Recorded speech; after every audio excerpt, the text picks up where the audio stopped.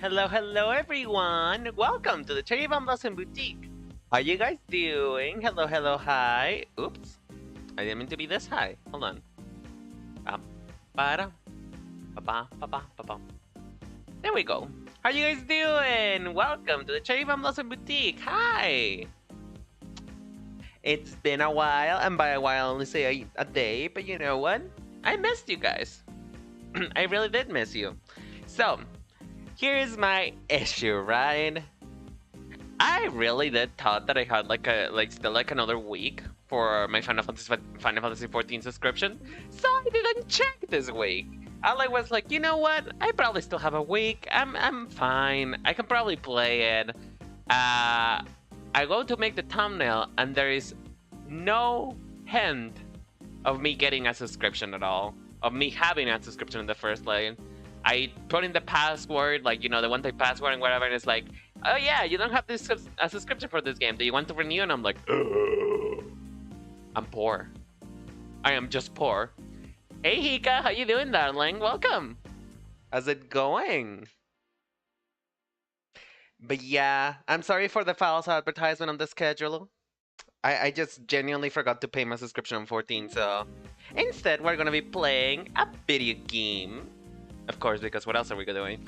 But we're gonna be playing a dating sim. Why? Because I love dating sims. And because I like to be reminded of how lonely I am every time I see any man that I cannot have. So, fun times with the whole family. But yeah, I know very little of this game. I just saw a very small promotion on what's the name of this place? Stream? No, fuck. Steam. It says very mal promotion on Steam, so I was like, you know what? I'm gonna go for it. Why not? Snake? What? Is there a snake here? Where? Where is it? Where is it, boy? Okay, listen. I just like men, okay? Leave me alone. I'm no snake. I'm no snake. All I am is just a men-loving man. That's all. That's what I am. You gotta get used to it. When you have little game in real life, you gotta make do what you can. But yeah, from what I know, this game is about running a coffee shop with magic involved. And I saw that there was apparently two routes, a female and a male one. I'm not sure we're gonna do the female one because I don't know if you've seen it, but the advertisement on my body says gay. I don't know. I have it written on my forehead, gay. So we're probably gonna go for the man route. So yeah. Just give me 1 second to finish. Oh no, not that big. Oh, I'm gonna lock my model. I'm finished setting something up because I was messing around with the settings. So just give me 1 sec.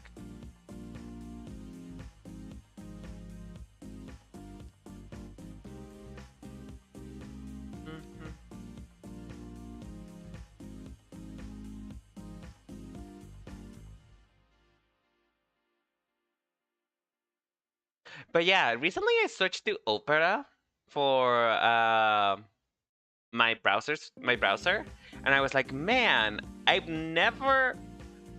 This is so nice. It honestly looks so nice. Everything is like perfectly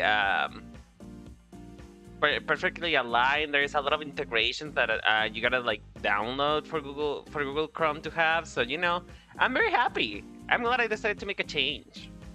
But yeah, I think that's enough chit-chatting. We can just get into the game. Oh, come on. There you go.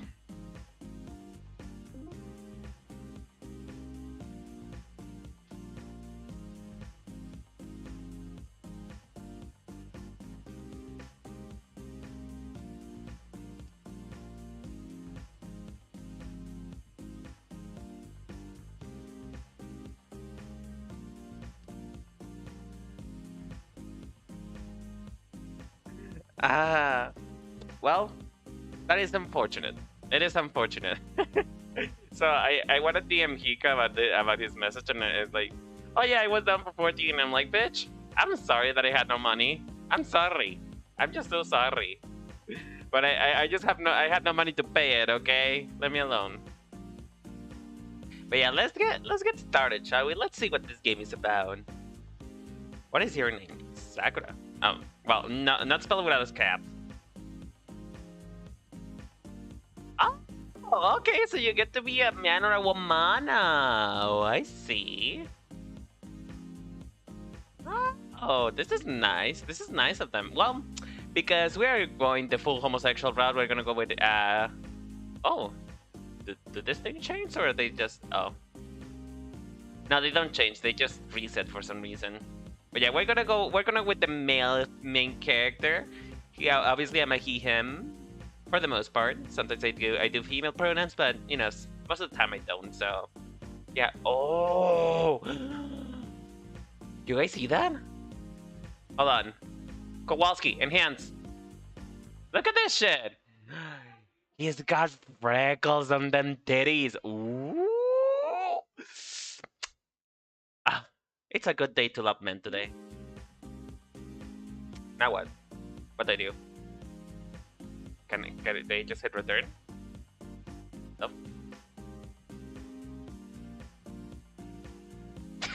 I feel like they just literally dropped me in with no explanation of what I was doing. Ah! Oh well. Ah! Oh. I do a full scream and it turns out to be just a yawn. I feel like you could have just said yawn, my dude. Just could have said yes, John. I'm gonna lower the volume of the music. It feels a little high. Or at least for such repetitive music, it feels a little high. I let out a yawn as I leaped down from the bus into the pavement below, bags in hand. Finally, I made it. Drinking in the familiar surroundings, I take a moment to execute some quick squats. But it's that, the brief stretch exercise is what my compressed muscles order. I'll steps from the several hours of the long ride bus from the city to the sea. Oh god, this is... Bitch! Are we in a beach city? Oh my god, everything comes back to Cold Holden. I swear to god. Everything just comes back to that fucking game. Man, I can't believe that that it's been little months. It's almost gonna be 6 months since I started that game and I finished it, and it still comes back to bite me. Like, come on.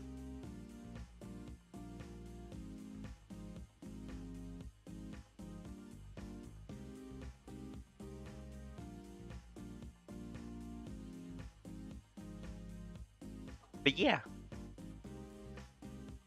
I wonder if this is how Jack in the Boxes feel like when they pop out.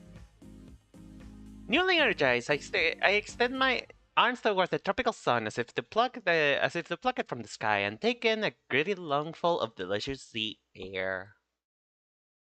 As always, the warm climate here on the coast feels as though it's welcoming me back home.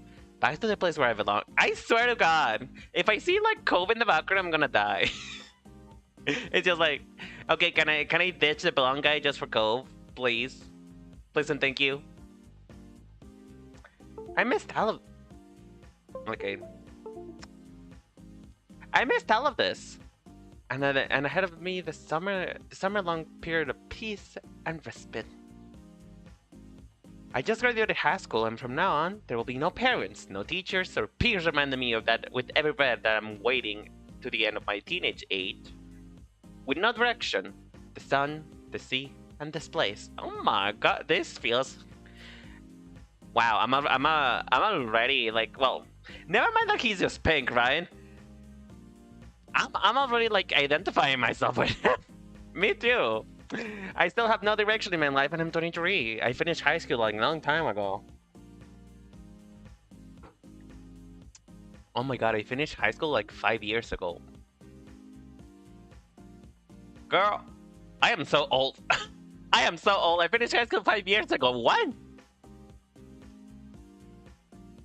Jesus Christ, I think I need to go see a therapist. My destination, the tranquil seaside of Linsdale. That doesn't sound like a... Nestled in a quiet crescent-shaped cove. I'm telling you, man. I'm telling you. He just haunts me. He just haunts me forever and ever. He will just forever haunt me. He will be always here, watching my every move. Every single time I fall in love with another man, he's gonna be like, I'm watching you. You said that we were forever and never together.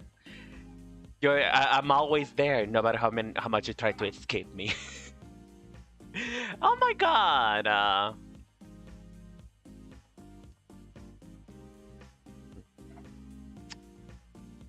Hold on, I'm gonna turn on the my fan, because even though it is not as hot as it could be, I still get very hot when I'm wearing my headphones. It's just really hot when I wear my headphones. You know, we're just beginning spring, and it's still feeling like, and it's starting feeling like we're just like in the dead middle of summer. Fun fact: for some reason, spring is hotter here than anything else. Like, damn, bitch. Okay, let me just get my bearings. I know that you know, Kobe is always in my mind, but you know, he's not here, and I just gotta let him go. Maybe every single time I see anything related to the beach, I just imagine him, and it's like, oh, I wish. So let's just let him go. Baloo, baloo, I let you go, I let you go, I let you go. But I will be coming back, bitch. I will be coming back soon, because you know the Backstory DLC is coming back. So you know I'll be back in my bullshit at some point. But for now, we let him go. Nested in a quiet, crescent-shaped cove on the coast and licked by the starry deep blue waves that they see. Some people have taken to an affectionate nicknaming the Moon Bay. A pretty occultic name, all things considered. But it was always seemingly perfectly apt, because it also is the town from my grandmother, my Baba, calls home. And she just so happens to be an exceptional, an absolutely eccentric witch. Oh, okay, we're witchy. We're witchy people. We're witches. Ooh, I love that. All these years, and I still wouldn't put it past her to have coined Moonbay herself, just because it might help her drum up the business among the magic folk. For the first time... Oh my god, this is literally Kaya. Oh gosh, I gotta send him a message now. Hold on, hold on. Hold on. Hold on, he's gonna die after you send him this.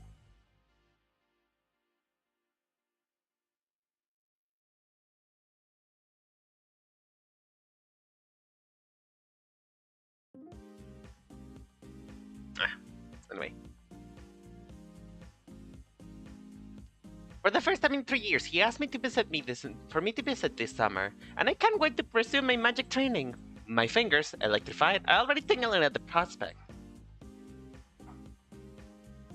I reach into the pockets of my hood, filling the letter she sent me, making sure it's still there. Cursive on Bella Van Wild Seal. Yep, nobody but except that willy old woman will write like this anymore. There's no tone like the present. Unable to hide my eagerness to see her again, I'll hoist up my bags up to my shoulders and take off with springs up the staircase, leaving the bus stop far behind. And once I leap across the threshold of the stairway, I see the sight that I've longed for, and open my lungs wide. Hello, Coffee's Curiosities! I am home! anybody who's come to the stream at this moment is just gonna see me yelling, and they're gonna be like, no, goodbye. My grandmother's cafe stands before... Oh. My grandmother's cafe stands before me, a static monument among the other buildings, utterly unchanged, like a moment in time, perfectly perceived the ways I always remembered it. It reminds me of my childhood, of iced tea in the summer, sea salt, ice cream, and the freer days that spare under Baba's tutelage. That in itself is a rare kind of magic that never fails to leave me spellbound. Naturally, oh, okay. Hold on, let me try that again. I haven't read in so long, bitch. I haven't done a visual novel in forever. So reading now is just kind of weird to me. It's like, huh? What did you say? I am 19 and I never learned how to read. Naturally, my peppy cry draws the attention of several passersby outside the store, many of whom recognize me and waving greeting. Well, I'll be, if it isn't Sakura. Mina spell since you've been back. A spell? Wow, okay. They're really driving the magic team home, huh? Mina spell since you've been back. Still, a strange habit of greeting the cafe like that, like it's a person, I see. Oh, she's not wrong. I guess I'm a little too old to be shouting in public. But Baba used to say, a witch breeds magic and life into things. Every word's charm, and every sentence a spell. Now that I think about it, it's totally possible that she was just hoodwinking at my extremely gullible 5-year-old. But well, it's a kid tradition, so who cares? Tradition. Wow, oh my god, I can't read. Hika, if you came back just because of the comment, you can go eat my ass, okay? Like, girl, come on. This is totally you. It looks like you. He even has the necklace. Come on, does it not look like you? Like, he just has pink hair and has a hoodie and the necklace, you know. The similarities are striking. I can't believe you. I can't believe that you're just here to make fun of me. I swear to God. Like, personality-wise, he asks nothing like you, but at least, you know, from appearance only, he looks like you. Oh well. I wave energetically back. Hey there. It's so good to see you again. Do you know if where my grandmother is? Ah. That is a weird sentence. Do you know if my grandmother is about? That question seems to give her a pause, and she forces a smile which can only be read as guilty of embarrassment. Oh, you mean she... Oh, well, I'm not too sure. I haven't been in for a coffee in a while. You see, anyway, nice seeing you, kid. Before I have a chance to respond, she scuttles over the hill, leaving me stranded in the confusion at the shop's door. Is Grandma dead? Is this how I found out that my grandmother is dead? Not even a letter, not even just like a voicemail from other people saying, "Hey, Grandma died. Can you come over?" It's just like, yeah. She suddenly you go upstairs and you find her there. Oh, I hope that's not true. I hope, like, come on, let me meet the cool grandma. Let me meet the cool witchy grandma. I like cool witchy grandmas. What in the hemlock was that about? Once over the cafe again, my eyes narrow suspiciously and roam up and down the building. I finally noticed one extremely telling clue. The head of the morning, and yet the curtains are still shut tight. Features still how quiet it is. Wait! Don't tell me!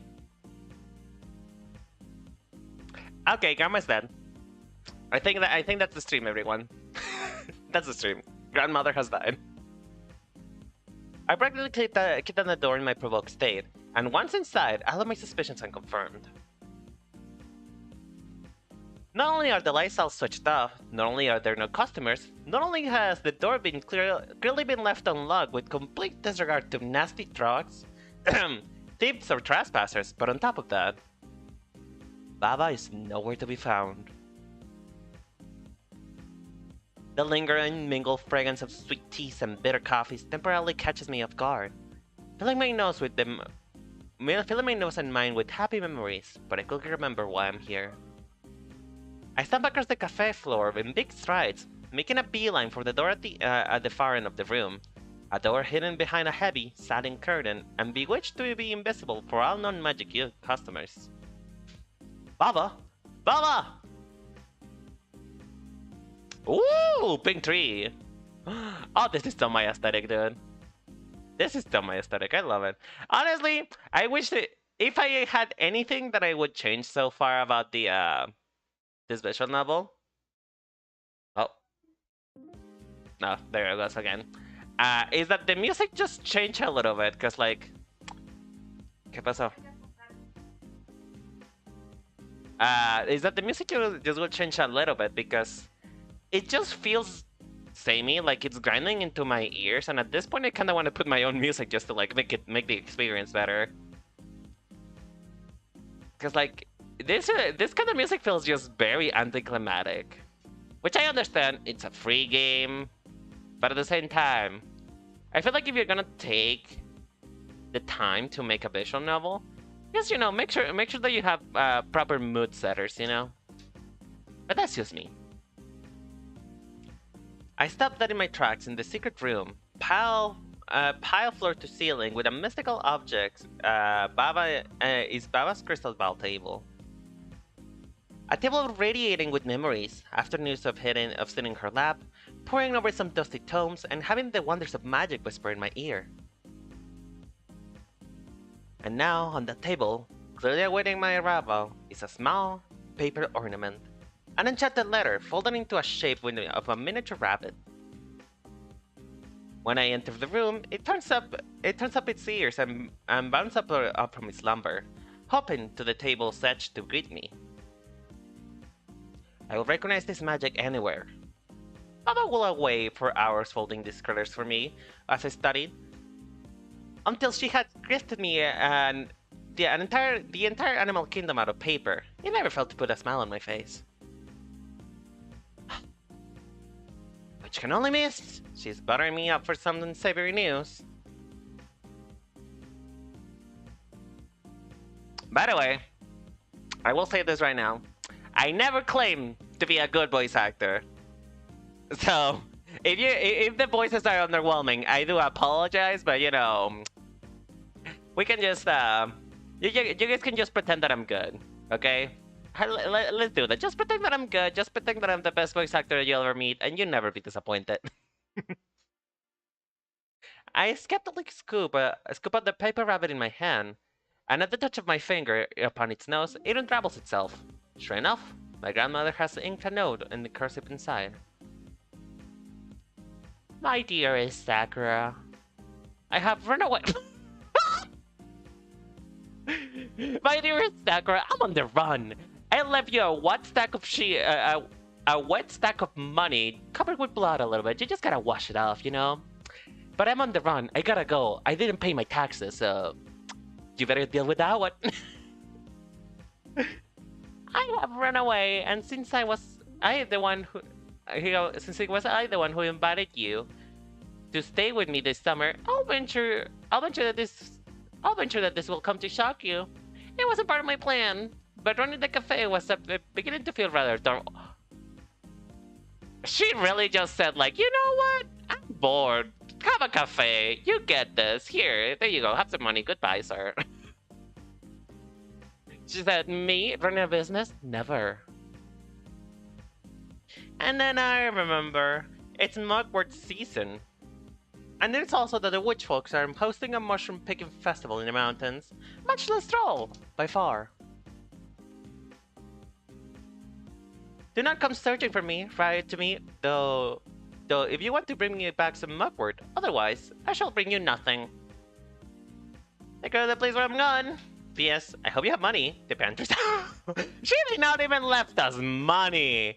Like, Grandma is rich enough to just be like, bye, bitch, and not give us any money. Not even just like a little start. Like, Grandma, please, at least something. Hold on, do we have a save? No, we don't have a save button. Unfortunate. I knew it! Oh, what happened to my voice? Oh wait, you know what? We're gonna roll with it. That weak Wordle witch. Slumping onto the one table's squishy cushions, I throw my hands up in the feet. I absolutely should have expected this. Flying through the life by the seat of her pants, leaving her every whim, dropping things when they no longer suit her.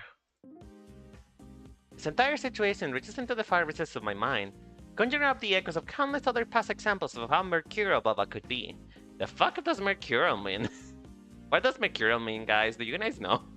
That's a new word I never heard about. I feel like this, you know what? I feel like they are substituting, like, words that have to do, like, with the traditional sense of magic. Like, for example, hemlock. It's an herb often used in herbal medicine. So I'm pretty sure they're just putting things here and just, like, the word mercurial actually doesn't mean anything.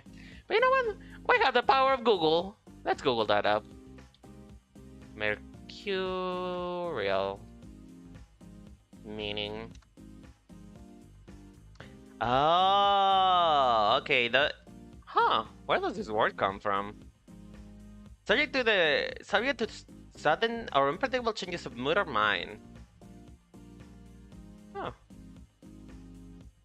I feel like there's another word for that. What is the word? There's another word for it, like a much more common word than just mercurial.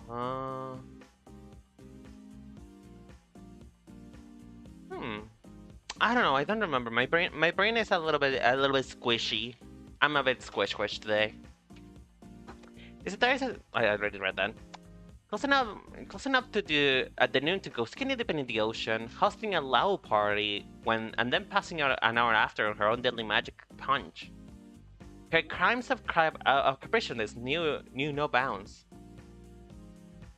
She may have taught me everything I know of magic, but early on, I had to master brewing tea and coffee, not just potions, just to keep the place running smoothly.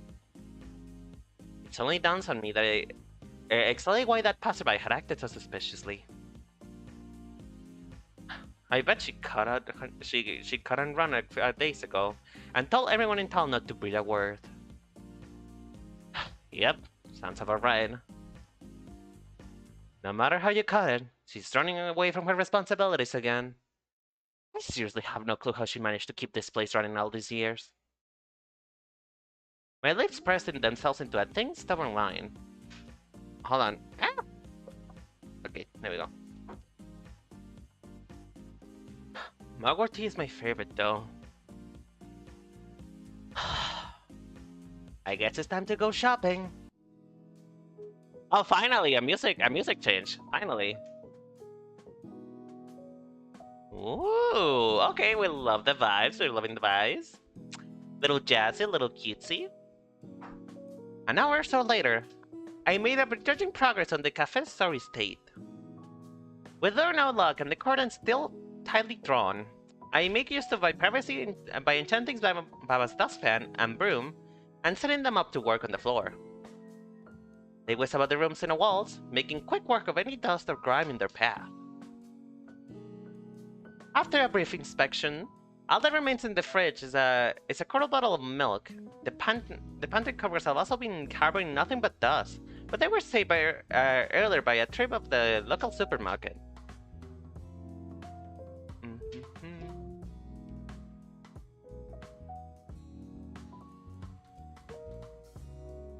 Rest in peace, my poor wallet. You will never be forgotten again. I am so poor. Just imagine. I can understand that feeling, honestly.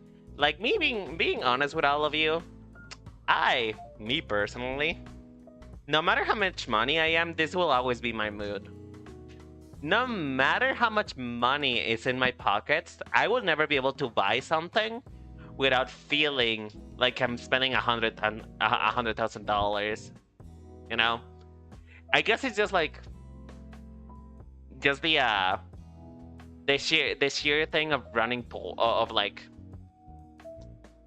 growing up poor that makes it so you know, That makes it so hard for me to spend anything. Luckily, it also seems the cafe's more expensive wares are in plentiful stock. The exotic plethora of tea leaves and underground coffee beans have been safely stored in bags and dry containers. The siphons, mills, and other apparatus too are in good working order. Knowing Baba's daredevil make-care attitude, the situation here could have been far worse. I should count my blessings that she didn't let me any rats inside of those stacks. That moment, as my words had personally offended her efforts, Baba's cat slay. Oh, sorry. Let me redo that. The moment, as if my words had personally offended her efforts, Baba's cat slinks into the room and up the counter to glare at me. There you are, Hannibal. Oh, Hannibal. As in Hannibal Lecter? Oh gosh, she's a crime. Oh my god, she's a crime true podcaster. Oh god, I'll never make it this time. This is the end. Hey DJ, how you doing, my darling? Thank you so much for the raid. Anyway. Hello everyone, my name is Sakura Masaoki, and it's so wonderful to have you here. Welcome to the Cherry Blossom Boutique. I am once again reading a visual novel, remembering that I don't know how to read, and that reading is hard. But I hope you guys are having a wonderful time. How was your stream, honey? What do you stream? Slow clap? What do you mean?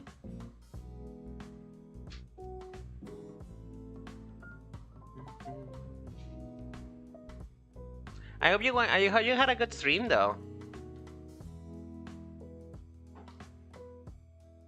Across obelisk. What it? Oh, what is it about? If you don't mind me asking, what is it about? Across the obelisk. That sounds weirdly familiar. I feel like I've heard that game before. Hold on, let me Google it up. Across the obelisk.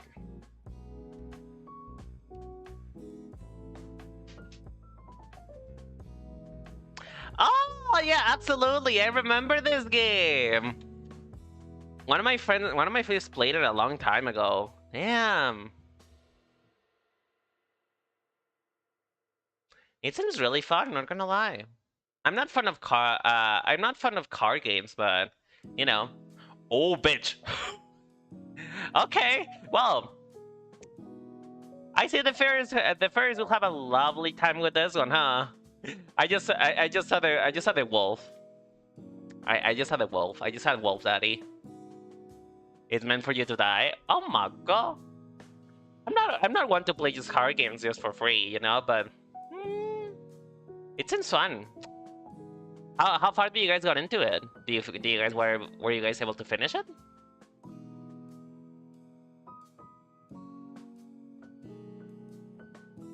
Oh, is it a roguelike type of situation? Can it be considered a roguelike? Oh, I'm sorry, but hey, I thought I hope that the that it didn't throw you too far back. Do you have to reset every time? Do you have to like reset everything every time, like all the way to the back, or no? Dear, I'm not sure if I will be able to do that. I don't play roguelikes because I feel so bad about losing my progress. And knowing me, because I'm a downright horrid gamer, you know. I will never be able to do this kind of games. I will take forever to complete them.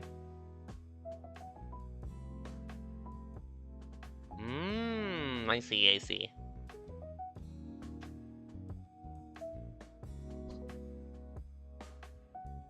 So what you're saying is it just gets progressively easier, from what I'm understanding?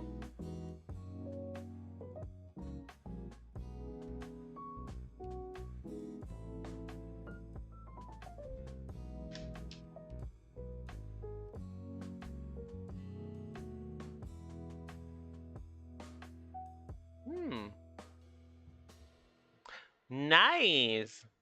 Well, I am glad you had fun, honey. I'm glad you have fun. I'll be sure to check out the game at some point because it does generally sound really entertaining. But more so if you can play with friends. I love co-op games. There you are, Hannibal. A witch is familiar reduced to a rat catcher. How the mighty have fallen in the wrong hands. Really? Huh. Honestly, it kind of seems a bit D&D-ish, doesn't it? It almost seems a little bit D&D. Can you customize characters, or do you have like a set of just set of 4 characters and that's it?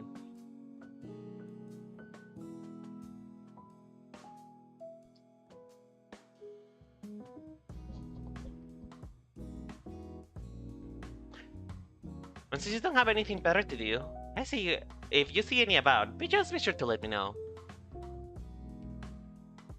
Oh, I see. I understand. Me understand.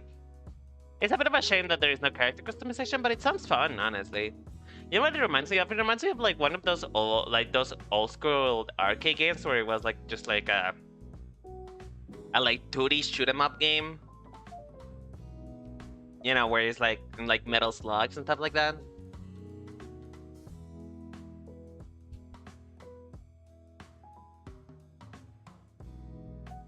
When reaching across the counter to scratch beneath her neck, she forgets her girlfriend is in a heartbeat and pops up into the bedroom for an afternoon nap. With dustpan and broom so soon done with their work, I thank them for their service and quickly finish putting the cupboards in order. After a satisfying stretch, I pull back the curtains to survey the place triumphantly. It's an experience. Yeah, I can imagine though. How's your day been, by the way? Have you been doing anything interesting? Hey Nanama, how's it going, darling? Oh, essay? Oh gosh, I am so sorry for you. I hate writing essays. I am not good at writing things. I am bad. I can write funny things. I cannot write things that look professional. Not for the life of me. How you doing, Nandaman? Are you still are you sleepy at this time of day again? Or are you doing well now? Watch out, Linsdale. We're back in business. Standing there with hips and hands is a funny feeling that curses through my chest. A kind of liberation and pride that comes with being free to wantonly spellcast for the first time in a painfully long time. I missed it. Oh, sorry. I missed it. More than I thought I would. Not too rusty, though, thankfully. Now then, last part of call is to flip the signs, and after that, I was time to brew some criminally delicious coffee. But yeah, I'm excited. I'm honestly excited for. Oh, wrong thing. We don't talk about that, okay? We don't talk about the stuff that's happening on stream. We don't talk about it. We don't talk about it, okay? Don't talk about that no more. But yeah, I hope you have luck with your essay, DJ. I really do.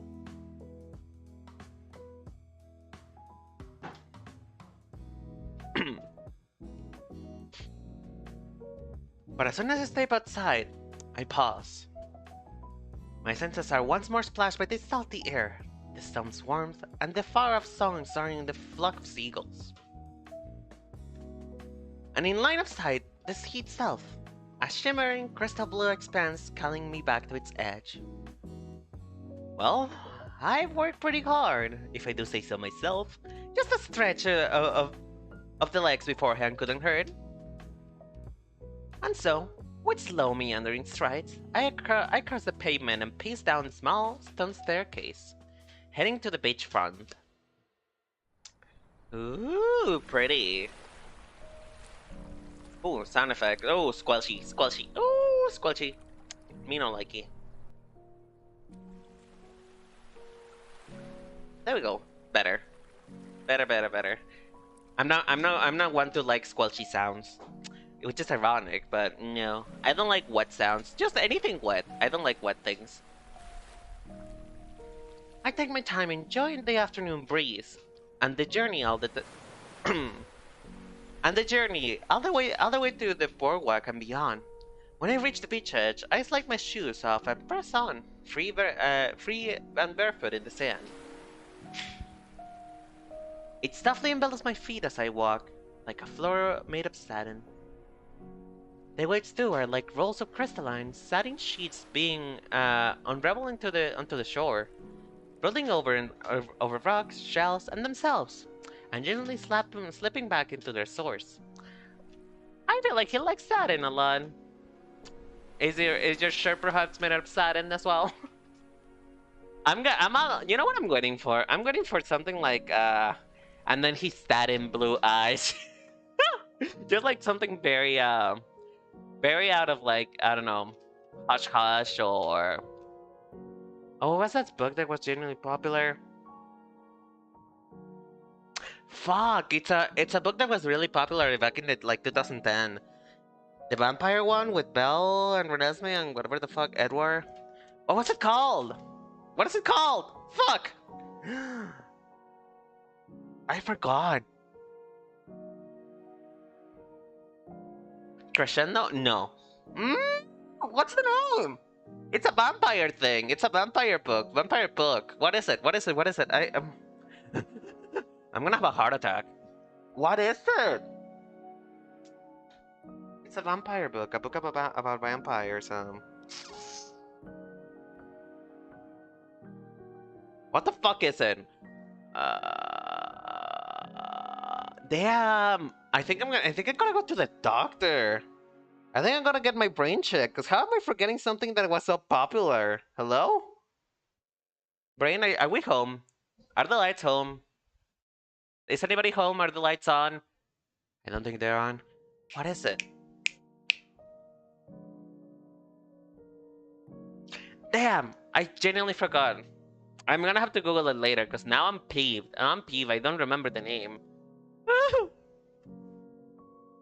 As ever, Moonbay, you're almost too perfect for words. I plot myself down into the sand, stretching out my legs and searching along the water's surface for something. I wonder if she's still out there. But before I can continue that thought, the phone in my back pocket hums, and when I retrieve it, I see several texts incoming from my parents. Their message cascades simultaneously into the group chat, making it plainly obvious that they're both sitting way beside each other, typing on which joint agenda. Did you arrive safely? You forgot to text us, we were worried. How's Baba? How's Baba? She doing well?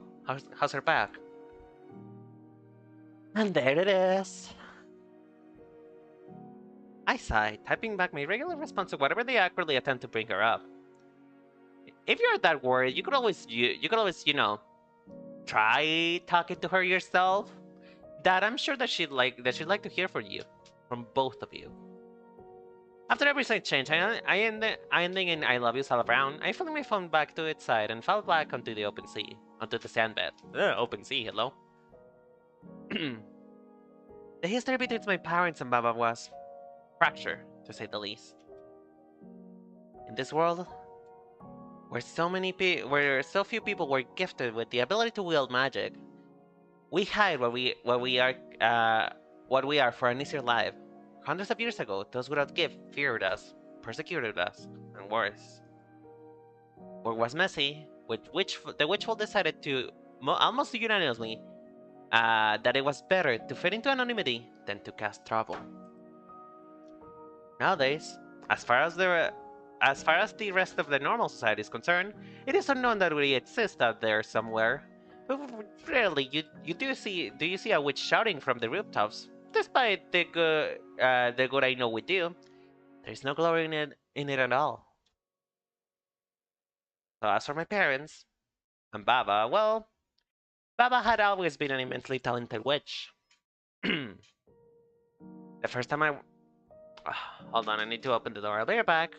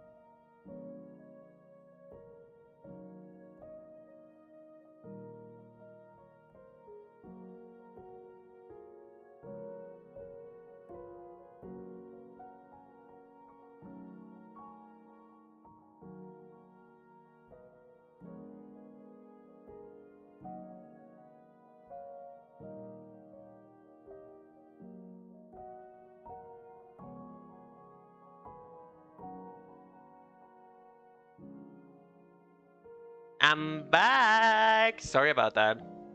Apparently there was nobody to answer the door, so it falls on to me to answer the door because, well, you know, I have nothing to do according to them. But anyway. The first time I was sent here to stay with her family for the summer, I was 3. She showed me a few simple spells, and even though I could barely speak, I guess I was a natural.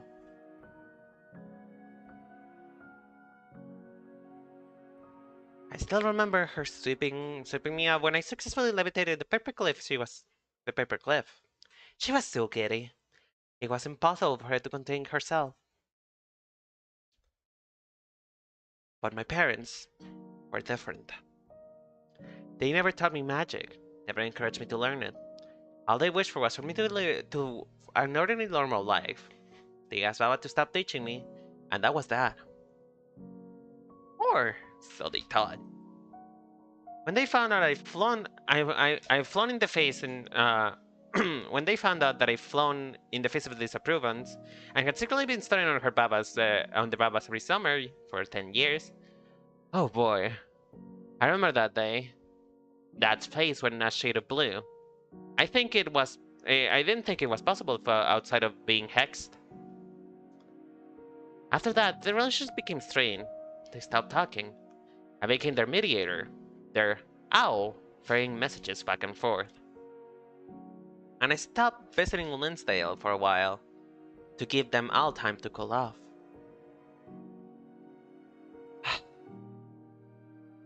A normal life, a boring life, devoid of magic.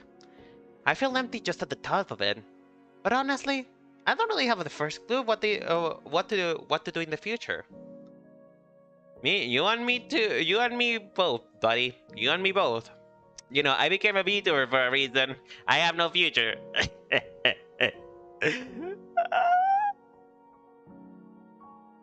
only Witchful didn't have to hide who we were.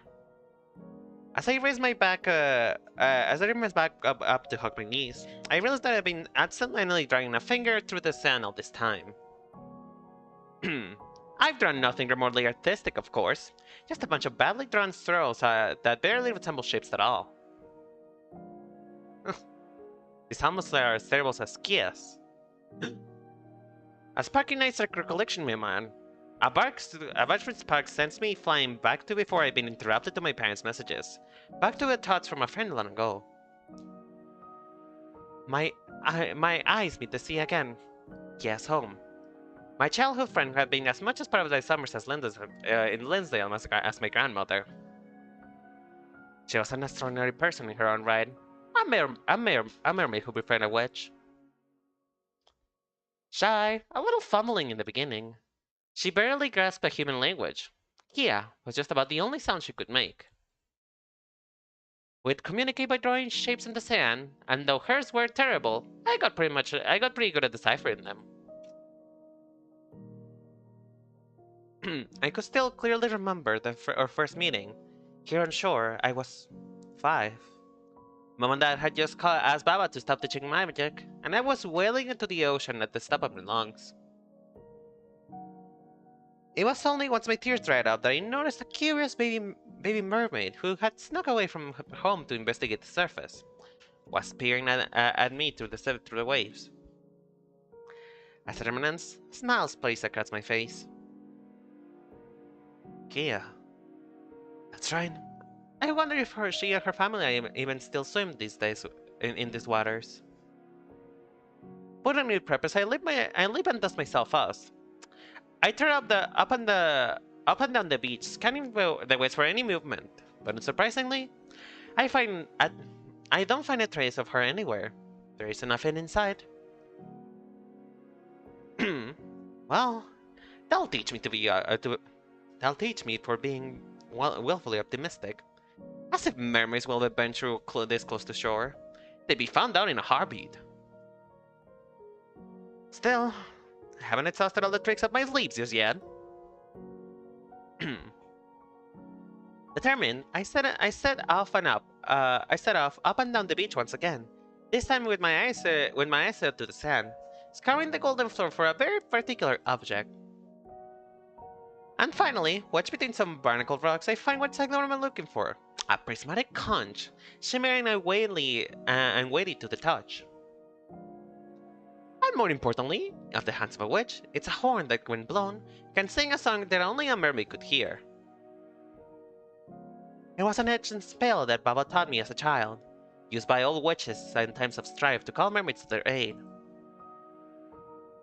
Together, Kia and I repurposed it, and since the day we met, it had been the way of communicating to her that I'm here. I want to see you.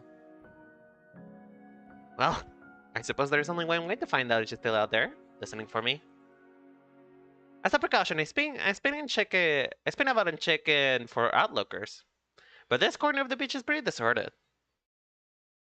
So reaching into the recesses of my mind, for the ancient spell, I pluck out its melody, note by note, and whisper to my request to the shell at my fingertips. Wide of the waves, in my bundled hearts be an ocean of love, built just for thee. And if thou art safe from faraway foam, the sound of my sea will call you home. I am not good at reading that kind of test. Hold on, should I try it again? Let me try it again. Weight of waves, my bottomless heart be an ocean of love, built just for thee. And if thou stray far away from foam, the song of my sea will call you home. Was that better? I hope that was better. I'm not a good voice actor, but you know what? I tried my best, and that's okay. As the conch begins to gleam, I gather my breath and blow gently into its step.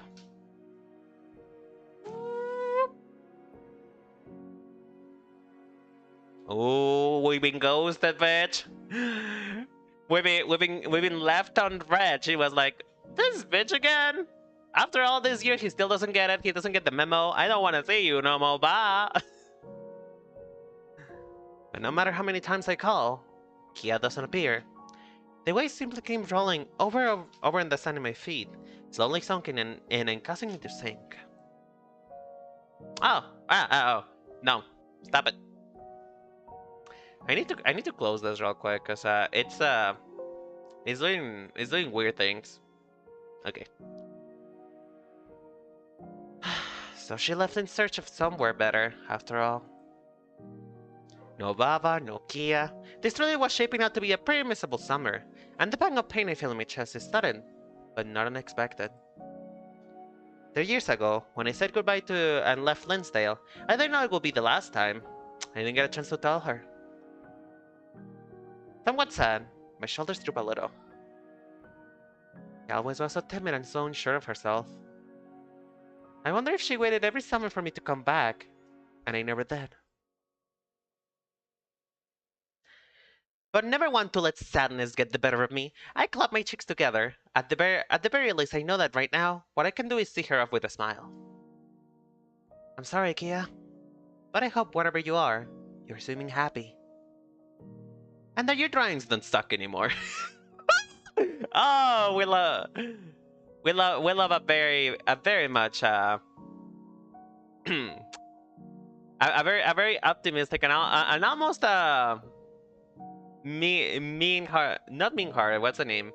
Like very poking protagonist. Like I was kinda wishing that he wouldn't be a black protagonist, because there is like 100 other dating sims that have a protagonist that is as bland as a piece of cardboard. When you look at it, it's just like, man, there really needs to be more visual novels where the protagonist is just something more than just like the point of view of just the person, you know?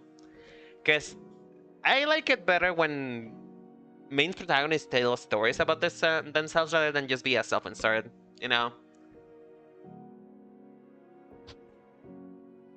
Like, at least me, and I don't know if this is because I hate myself, but I never picture myself, as the character on screen. Like, the only reason why I name it me is so that there is no confusion that they're talking to me. But I really like it better when I can see the character of the visual novel having their own background, their own story, their own way of looking at the world, rather than just me putting, just giving every input, you know? Our life was kind of the best of both worlds, which, you know, there is input, but they but the protagonist was clearly had its own personalities. Sure, you chose the personality, but it wasn't all up to your imagination. Which I guess is the point of like most visual novels and otome games, is for you to like be able to self-insert yourself. But with our life, the thing that was the most appreciated about it is that even though you choose a personality, the personality is still set. The main character still says things according to them, not according to you. Because there is a good chunk of dialogue where you cannot really choose what you gotta say, but that it is based on what the personality you chose with, rather than you just be like, um, being very vague and just you have to interpret what they mean, you know? After exhaling my feelings cathartically into the afternoon air, I turn a heel and head back towards the stairs. It's time to open the cafe from the evening. A cafe on the evening? I thought there were more, I thought it would be more of a, you know, afternoon adventure rather than on the evening. Cause like, at least for me, if I drink a cup of coffee in the afternoon, like, well below 6 p.m., I'm gonna be away for the next 6 hours. Like, I'm telling you, man, I am not one to be able to stay to drink coffee after.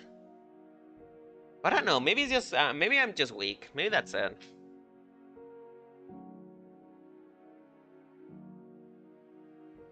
But as my head swims through the thoughts of coffee beans, recipes, and measurements, I forget to check for the obstacle in my path, and before I know it, I collide with someone else. Ooh, she's pretty! Well, hello! Oh, I love this. I so love this. Okay, she's clearly the mermaid because pearls, obviously. Pearls have a really close connection to the sea. And not only that, it also tells you a lot about the kind of person who she is, which is that she's a very classy woman and somebody who can spend money on pearls, first of all. And well, in this case, it's being done for the person who's telling you that she's a mermaid, so you know she can have pearls because obviously, like, the shellfish is probably shellfish. Is that what it is? Well, the shell. No, it's a shellfish, right? An oyster. The oyster probably gave it to her, you know, and stuff like that. But also, it's a very clever way of communicating just a mermaid, because it would not be the same if, for example, she had been wearing an A-line skirt rather than a pencil skirt, because pencil skirts really do hug the body around the hips, and for the most part, they just hug your body even at the tights, you know. I am unsure if this is if this is a skirt to the floor, then it will be really on the nose. But because it's a pencil skirt, it just really gives you the feeling that, yeah, you could really see, like, if you just swap it for scales, you could really see that this is a mermaid, or this is a mermaid-inspired outfit. Not only that, they do also have a great callback with showing the brassiere being purple. Because, you know, the brassiere being purple also gives you, like, what is the first thing, when you think mermaids, who is the first character that comes to mind? If your response is Ariel from the Little Mermaid, then you're right. You know, purple around the breast when it comes to mermaids is something that is like classical because, you know, the oysters and stuff like that, the shells. Oh no, she's hot. Yeah, I know. Like, damn, she's got like gatekeep girl boss. Honestly, they kind of look like siblings though. Not gonna lie, they kind of look like siblings. Oh damn. But I love her. I do love her outfit, and just like, I wonder if the shirt is made to be open like that on the shoulders, or does she just open it for comfortable sake? But yeah, the purple of the brassiere is made to remind you of like the Little Mermaid, which is a callback to obviously just the mermaid in general. So I think it's a really clever design. Honestly, it's really clever. But yes, she is indeed mummy. Sorry, mummy. Sorry, mother. Oh, I'm so sorry. Please excuse me. The bump has successfully knocked me down a stair or two, but as I shake up the pain, her eyes meet mine. Her golden irises, her amethyst hair, everything about her beauty is dazzling and temporarily catches me off guard. I'm grateful that she seems unharmed. I run my fingers through my hair, somewhat embarrassed. Not at all, I'm sorry. I wasn't paying attention either. Are you alright? Yes, her quiet voice quickly trails off, but she continues to stare at me with great intensity, looking up at me, up and down at me with wide eyes. That's right, the cafe. I don't have time to be wasting here. So I flash her a polite smile and shooting back up the hill, I excuse myself. Well, I'm sorry again. Have a nice evening. Ooh, wait. The music's gone. Realization. The music's gone because she had a realization. She knows us. She's the mermaid. She's the little mermaid. I love her hair though. She's so pretty. This is goals, honestly. Look at that human hair unit. Look at that human hair unit. That purple weave. Like, man, I wish that was me. I wish my hair was like that. Just like, I love my hair being the color it is, but oh, I just get jealous. Why are women so pretty? And why can I not be as pretty as them?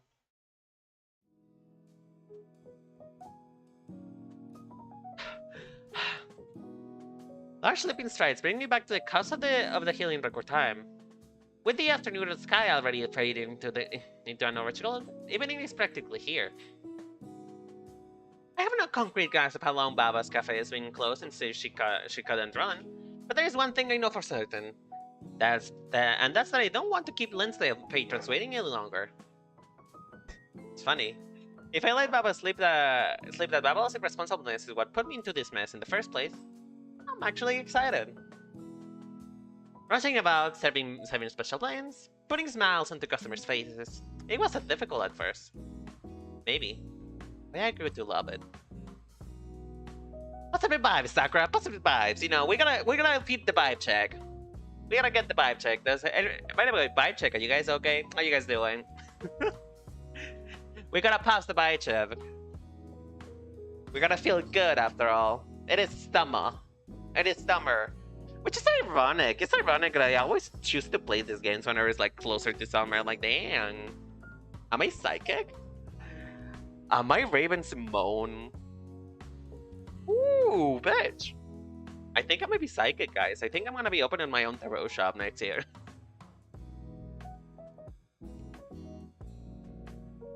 Oh, hey, Nix. How you doing, honey? It's been a while. Hello. How you do? But yeah, maybe I am psychic.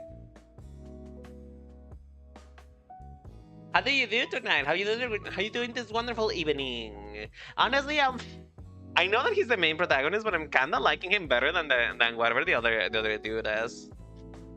Can I just date myself? Is it alright for a man to love himself in this kind of year? In the year of our Lord 2023, can a man love himself? Is that possible?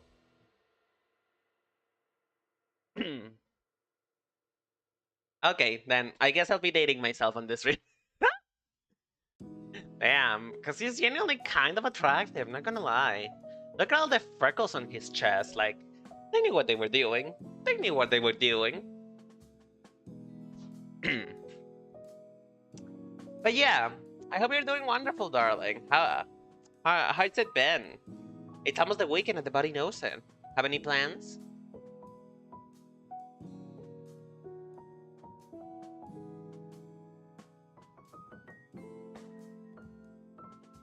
Oh, I'm getting sleepy. I don't know why. Well, I know why. So in the morning, I tweeted about it, but like almost at 8 a.m. sharp, my dogs decided that it would be a nice and cute and quiche idea to literally pounce on my back and do it until I woke up, because for some god awful reason they just wanted me to be awake. They didn't even like wanted me to see anything when I woke up or anything. Like, as soon as I woke up, they left the room. They did not even want attention. No. They didn't want attention. They just wanted to wake me up. I don't know if they thought I was dead or something. Like, maybe I was giving the wrong vibes to them. But they literally left. And they left as soon as I woke up. They looked at me like... Particularly my border collie. She looked at me with such a smug smile on her face, and she literally pivoted and ran. With my other dog following him. Like, man, they just didn't want my attention. They just wanted me to be awake for some reason. For what reason, I don't know. But I woke up at 8 a.m. and I didn't sleep very much because of that. So yeah, I know where I'm tired. I'm just dying. You know?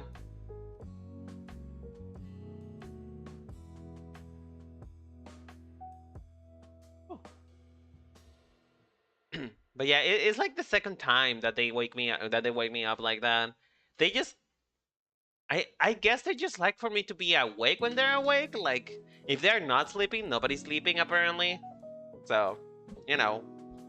I hope they don't do that to me next time though, because I am genuinely suffering from sleep deprivation. With renewed energy, I begin to mentally roll up my sleeps. I mean, not gonna lie, it is lovely that you're giving us some shoulder action. I do love them shoulders, but like, it's kind of bothering me that just one of them is off the shoulder and the other one is like up. You know? It bothers me. Does it bother anyone else? Like, I just want to like grab it and like close it like, here, sweetie, you're getting cold.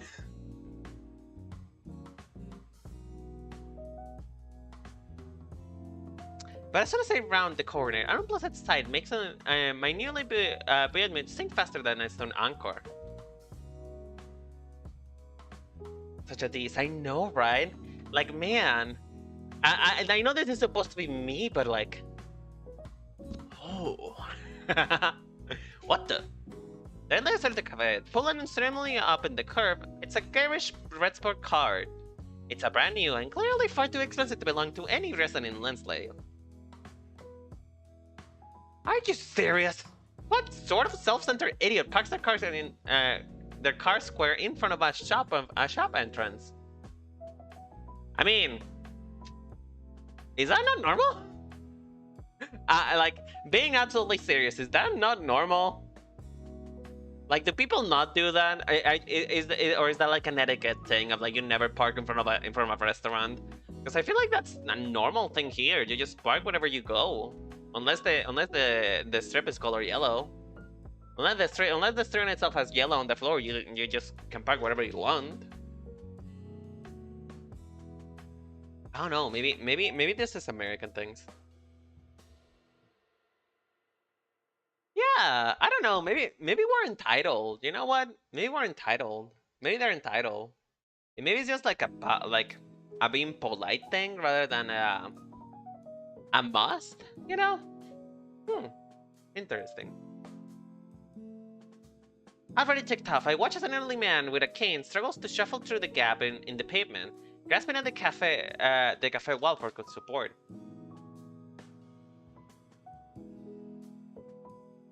He gets his revenge as he passes by, though, flipping the bird to the car's tinted windows as he goes.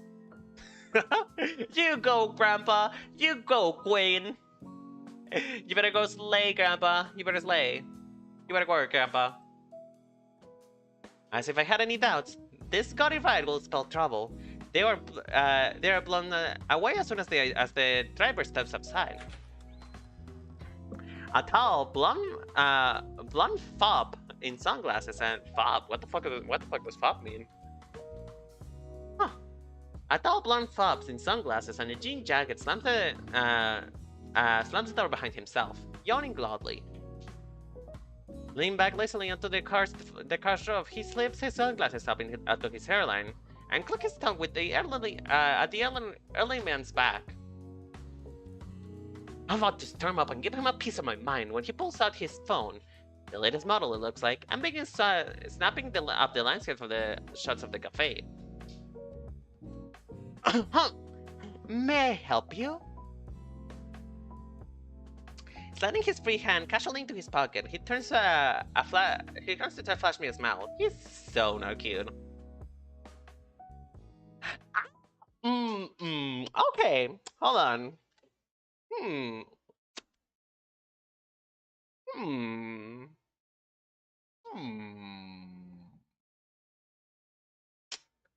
Are you sure it's not cute? He's kinda cute. I mean, his personality might be super grating, but like, are you blind, bitch? Are you blind? Like, is the hotness with like, is the not hot person with us in the room today? Like, I feel like maybe you have no taste. Maybe that's the problem. You have no taste. You know what? I don't like you no more. Like, I know right next, like, he's hot. I see nothing but hotness.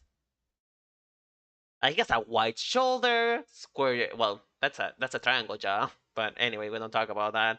Like, you know, piece of the collarbone and shit. Like, they're just it's telling me that he's not wearing anything under that sweatshirt. You know, bitch, where? Bitch, fucking where? Where is the ugly person in the room? Is there what else in the room right now? Are you the owner? Oh, bitch. Okay. I got spooked by the tunes. I was like, oh. This is so weird. Oh my god, I don't like this. Hello?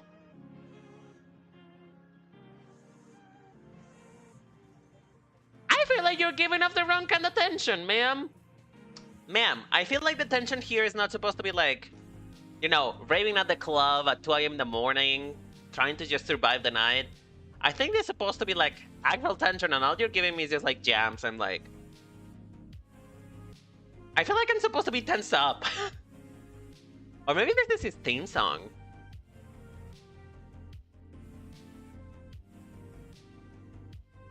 I squared my shoulders as much as humanly possible. Arms folded closely. Yes, I am. Name's Sakura, and I don't appreciate you blocking my door for my customers to use. Customers? Oh, he's that cocky son of a bitch. Ooh. Well, they don't call me a tamer for no reason. I love to tame wild people. It's always funny to see them squirm after I watch them love me. If we all know something about me, is that I always, one way or another, go for the bad boys. So, you know, bring it on, bitch. Bring it on.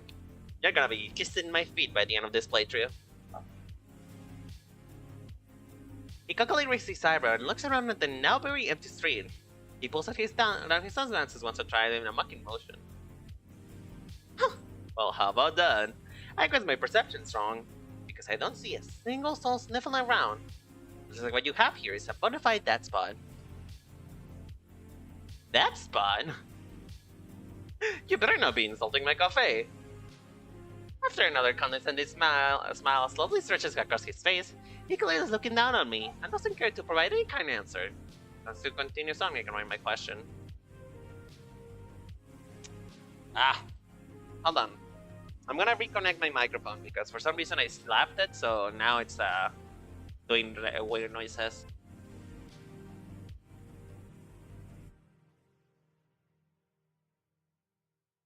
Or not, maybe just the music sounds like this. Okay, never mind. I thought it was a sound glitch, but the music really just sounds like that. Huh.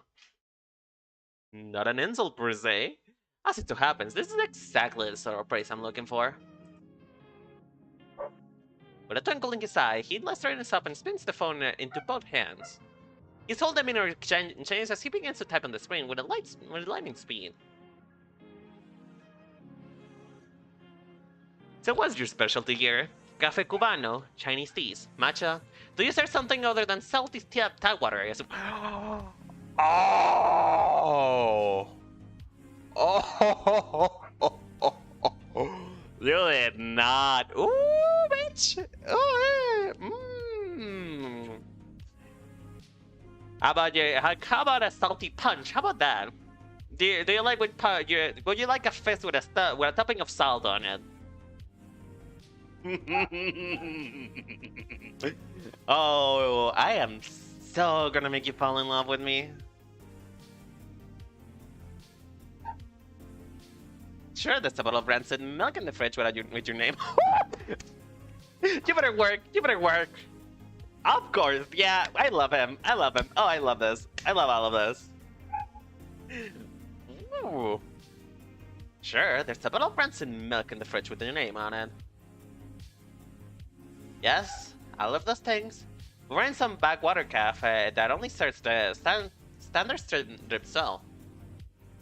So you run this place with someone else. My grandmother. She's not here right now. Uh-huh. And what is this place called? Are you freaking kidding me? Look at the damn sign, poster boy! I sigh, loudly and dramatically. Cafe Curiosities. His fingers pass to their topping for a moment. He takes the time to raise a smug eyebrow at me. Right. Bravo. No, really. It's inspired. A little desperate, and only slightly nauseating. Oh, oh, somebody better call the police, cause I'm about to slap this bitch. Are you sure? Are you sure your whole little, wearing a sweater on clear summer doesn't really scream desperate, my honey? Or your total lack of a personality that all you think you can do is insult everyone that you come across with? Because I'm sure that your mommy and daddy, all they ever told you is that they were their special boy. But I'm sorry to tell you, honey, it's not the truth. All I see is a desperate man for recognition, who thinks he can man everyone around him. That's all I see. But anyway, that's neither here nor there. He stands up straight and takes one more large, gulping glance at the cafe's facades. Then he flicks his phone and snaps a headshot of my startled face. It's a perfect blend of material for my blog. Hey, no! You cannot use my picture if I don't allow it to. Oh wait, we're actually in public space. Damn. Can I... Okay, at least paint me pretty, at least say that I'm the love of your life, because that's what I'm gonna become. I am stubborn now. I feel challenged. I genuinely feel challenged. I feel like I'm going to I so badly want to make him fall in love with me just to break his heart. Oh, I wanna be so mean to him. Your blog? He gives me a square look in equal parts smug of pitying. It's perhaps the most punchable expression that I've ever seen. Oh, allow me, bitch. Allow me. Hold on. My hair is coming up. It's getting hot in here. It's getting hot in here, folks. It's getting hot in here.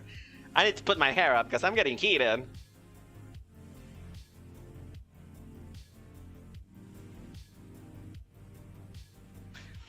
You have no idea who I am, do you? Girl. If anything, you're nobody. All of this phase right here that you have right now, all that it says is that I am a crybaby who doesn't know what he's doing.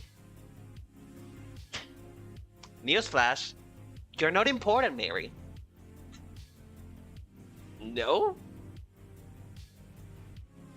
But now that I get a really good look at him, he actually does look somewhat familiar. Here, a souvenir. Don't blend it now. It's premium embossed. Well, when he slips a business card in my hand. Fancy, gold script spells out cuisine blogger. In the name Mikali.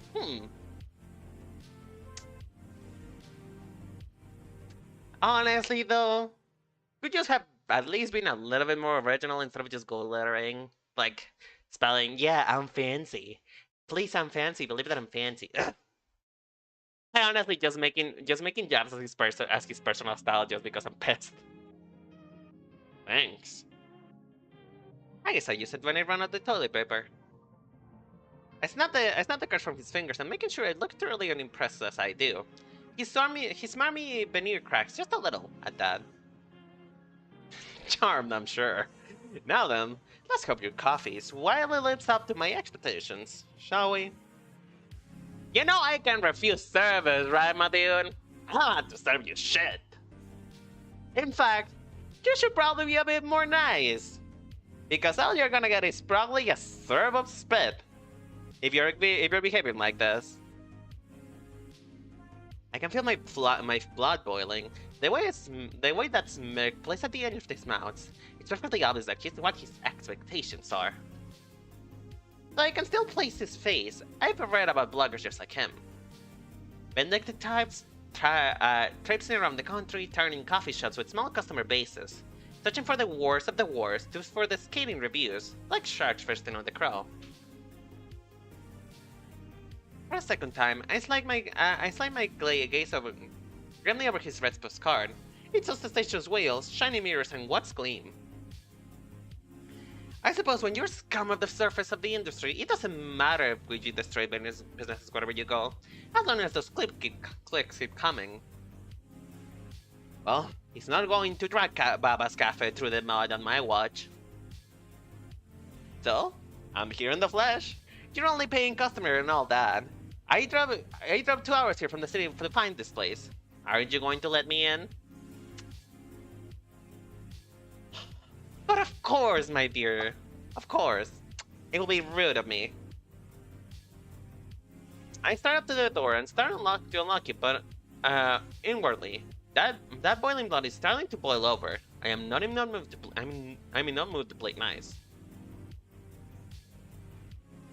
In fact, just for the audacity of coming here and trying to mess with Witch's business, I'm perfectly happy just to play him a little dirty.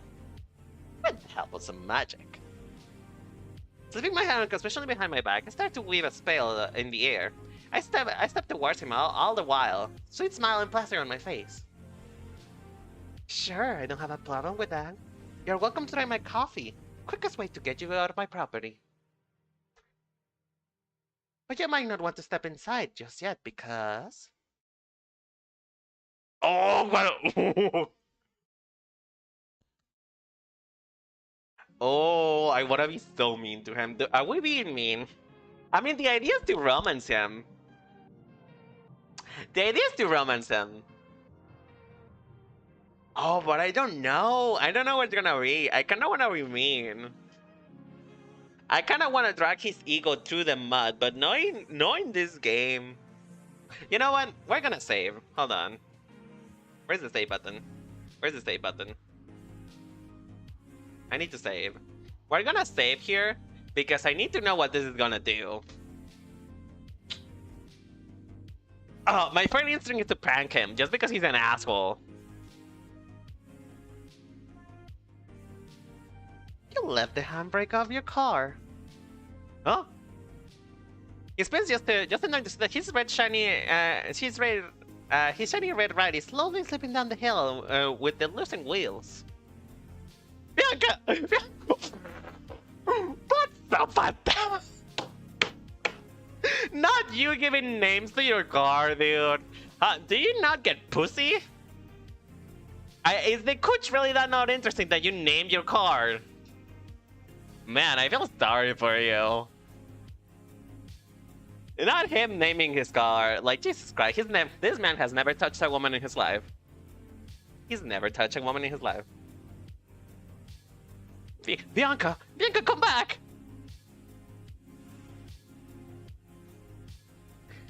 Mikhail bolts in immediately, tipping himself over on the uneven cobbled street in the pursuit. Shh!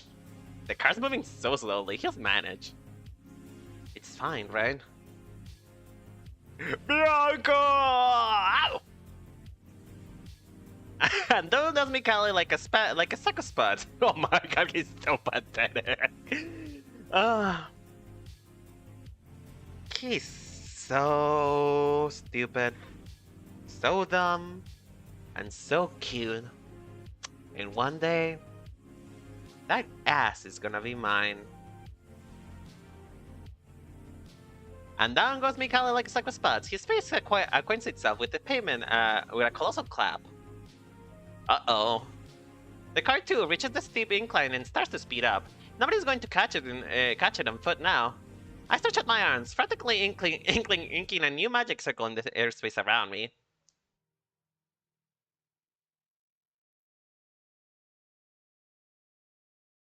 But I am unable to cast the reversal magic in time.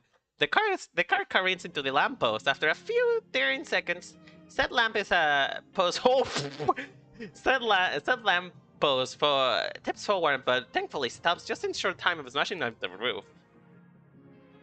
Oops. Oh! Mikhail rushes forward towards it and falls up on the car in misery, like a man whose soul has been crushed. Bianca, my darling. No. No! Godfather is going to kill me. The timing is so impeccable, I'm almost convinced that somehow I cast a second spell. Mikhail's phone explosively starts to ring. Upon seeing the caller ID, the blood drains from his face. Beep. Father, so it's good to hear from you. No, I'm fine. You're back for why? Yeah, of course I can, but, Father? Well, about the car you bought me, well, it's a funny story.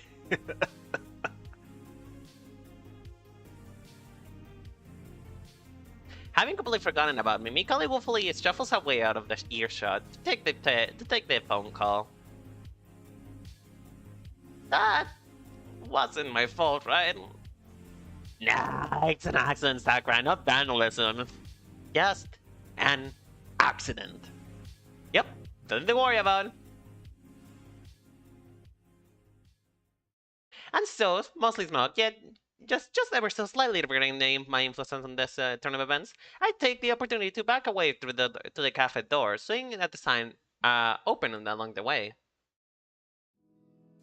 Okay, I feel bad about it though. Okay, listen. Do we give him one more chance? Because, you know, when I talk about pranking him with magic, I thought it would be something like, you know, maybe just the car suddenly turns purple. I don't know. I didn't expect just to, like, crash his car. I'm curious. Because I also don't want to ruin my chances with him because, you know, I am now marrying him out of spite, dude. I am marrying him just so that I can remind him 10 years in the future when we have children, the way that he treated me when he first met me. That's the only reason why I want to marry him. I'm marrying him out of spite. It's literally just a prank, bro. It's just a prank, bro. You know what? I just want to see what the other one is. It's probably not gonna be that different, but I want to see. Are you guys okay with that? Are you guys okay with that? With me going back just to see what the other option does? If you guys are not okay with me just like going back on my decisions, it's okay too. Okay, if you guys are okay with that, then I'll go ahead. A seagull just stole your phone. What? Okay, the phone one is better though. At least that one is it's a bit less soul crushing. He pivots his heels and to see a gigantic seabird that is now squatting on the top of the roof of his car. Phone in beak. I'm pleased to see that after being summoned, it took time to excrete the car before it landed to. Oh hell yeah! Oh, this is better. This is better. Oh, that's a million times better. It's just the subtleties. You see, whenever you wish somebody something bad, and you know, you don't want to be the bad person and just wish like a genuinely bad thing for somebody to happen. You know, you don't want something actually bad to happen because it could happen to you.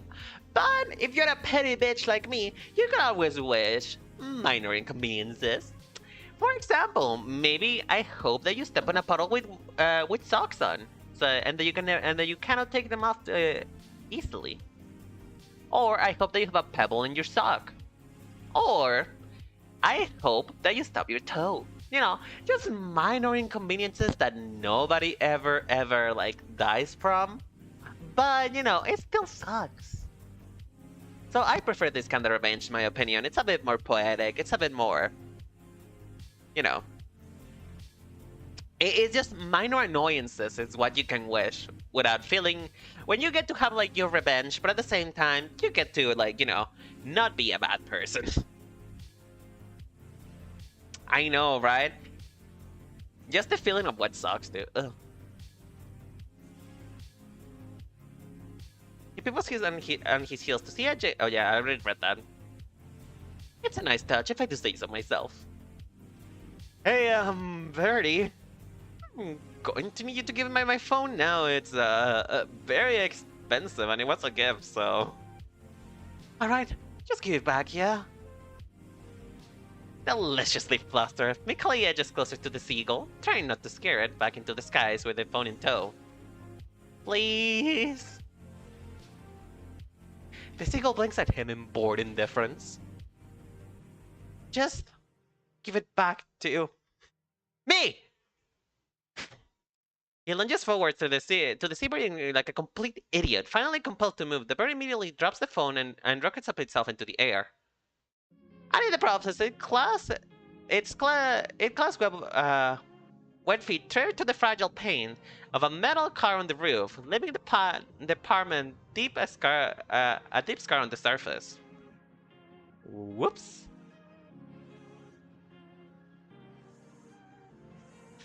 Oh, this is just the same. Okay. Yeah, this is just the same.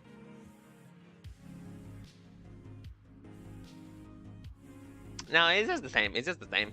But you know what? I prefer this, honestly. I much prefer this. I prefer wishing people a minor inconvenience than wishing them like something that could genuinely cost them a lot of money. Although scratches are expensive. Don't get me wrong. This will still cost them money. However, at least, this time around, it doesn't pin the blame on him. It just pins the blame on the fact that there was a bird. That's it. So you know what? This is good. I'm feeling good with myself. Are you guys feeling karmically redeemed? I'm feeling karmically redeemed. I don't feel guilty about it anymore. Alright, we're back. The minutes and then tens of minutes pass painfully tick by. Not a single potential customer step inside or even hazards to speak through the windows. Well, okay, honey. Here's the thing, right? I love me that you have confidence in your establishment, but we gotta spruce it up a little bit. Like, you have a little crack on the fucking ceiling, a little crack outside the floor, outside in the wall. Like, you know, your magic, spruce it up a little bit. You know, just be like, yeah, I contracted a couple people to just help me fix this. Just like, look at this ugly ass crack right here. Like, come on, come on. You gotta wonder why people are not coming.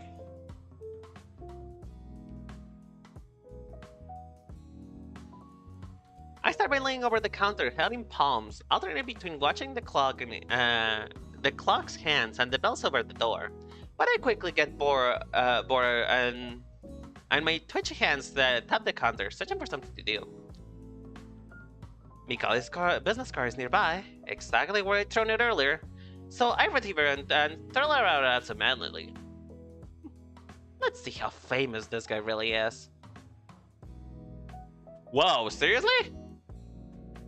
A quick phone search posts hundreds of results.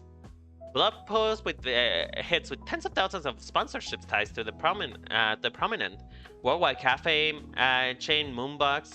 Moonbox, of course, of course. We have a bootleg Starbucks over here. Can I get a Moonbox?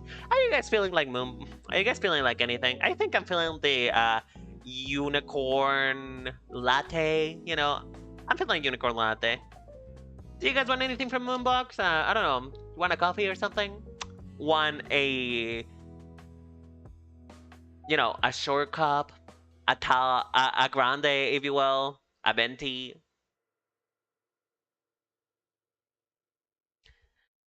Mm, mm, mm, mm. A hefty follower base on social media, and even a narcissistic modeling portfolio of monochrome shirtless photo. Oh, wait. Are you saying the man is like out there showing off the goods, and you're not giving me a fucking photo? Are you saying you're not just like you could have given me a photo of the man? You know, make him have some kind of redeeming quality other than being a bitch. You know, where is the money, game? You could have gotten me to spend money on your game if I'd been able to see that.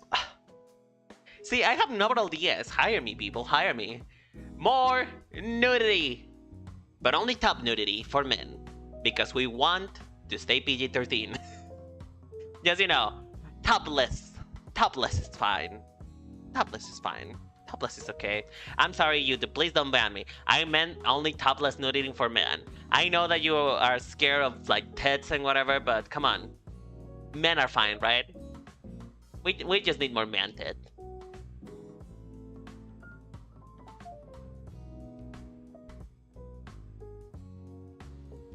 Just great. I see them having enough problems right now. What's with these pictures? I mean, okay. Now you're... Honey, I'm sorry to tell you, but the writing is written with blood on the hall. It is on the wall. The call is coming from inside the building, honey. If you were genuinely that disgusted by it, you will not take a look closer. You will not really be inspecting, my dude. I think that somebody's in denial.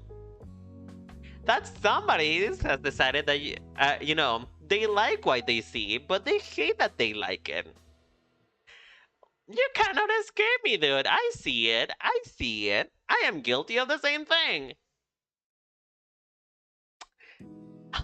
We love to lie, but you cannot lie from me, sir. You cannot lie from me. What's with these pictures? He's dripping wet in half of them. Did someone turn on a hose or something? So stupid. Oh, you're just upset that you like it, bitch. You're just upset that you like that blonde hembo in shirtless. You just hate to love it. You just love to hate it, dude.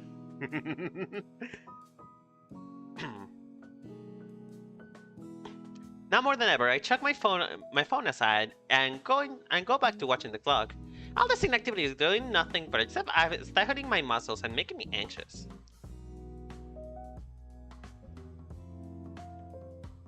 "10 minutes and not a whiff of anyone, not even one regular? This can't be right."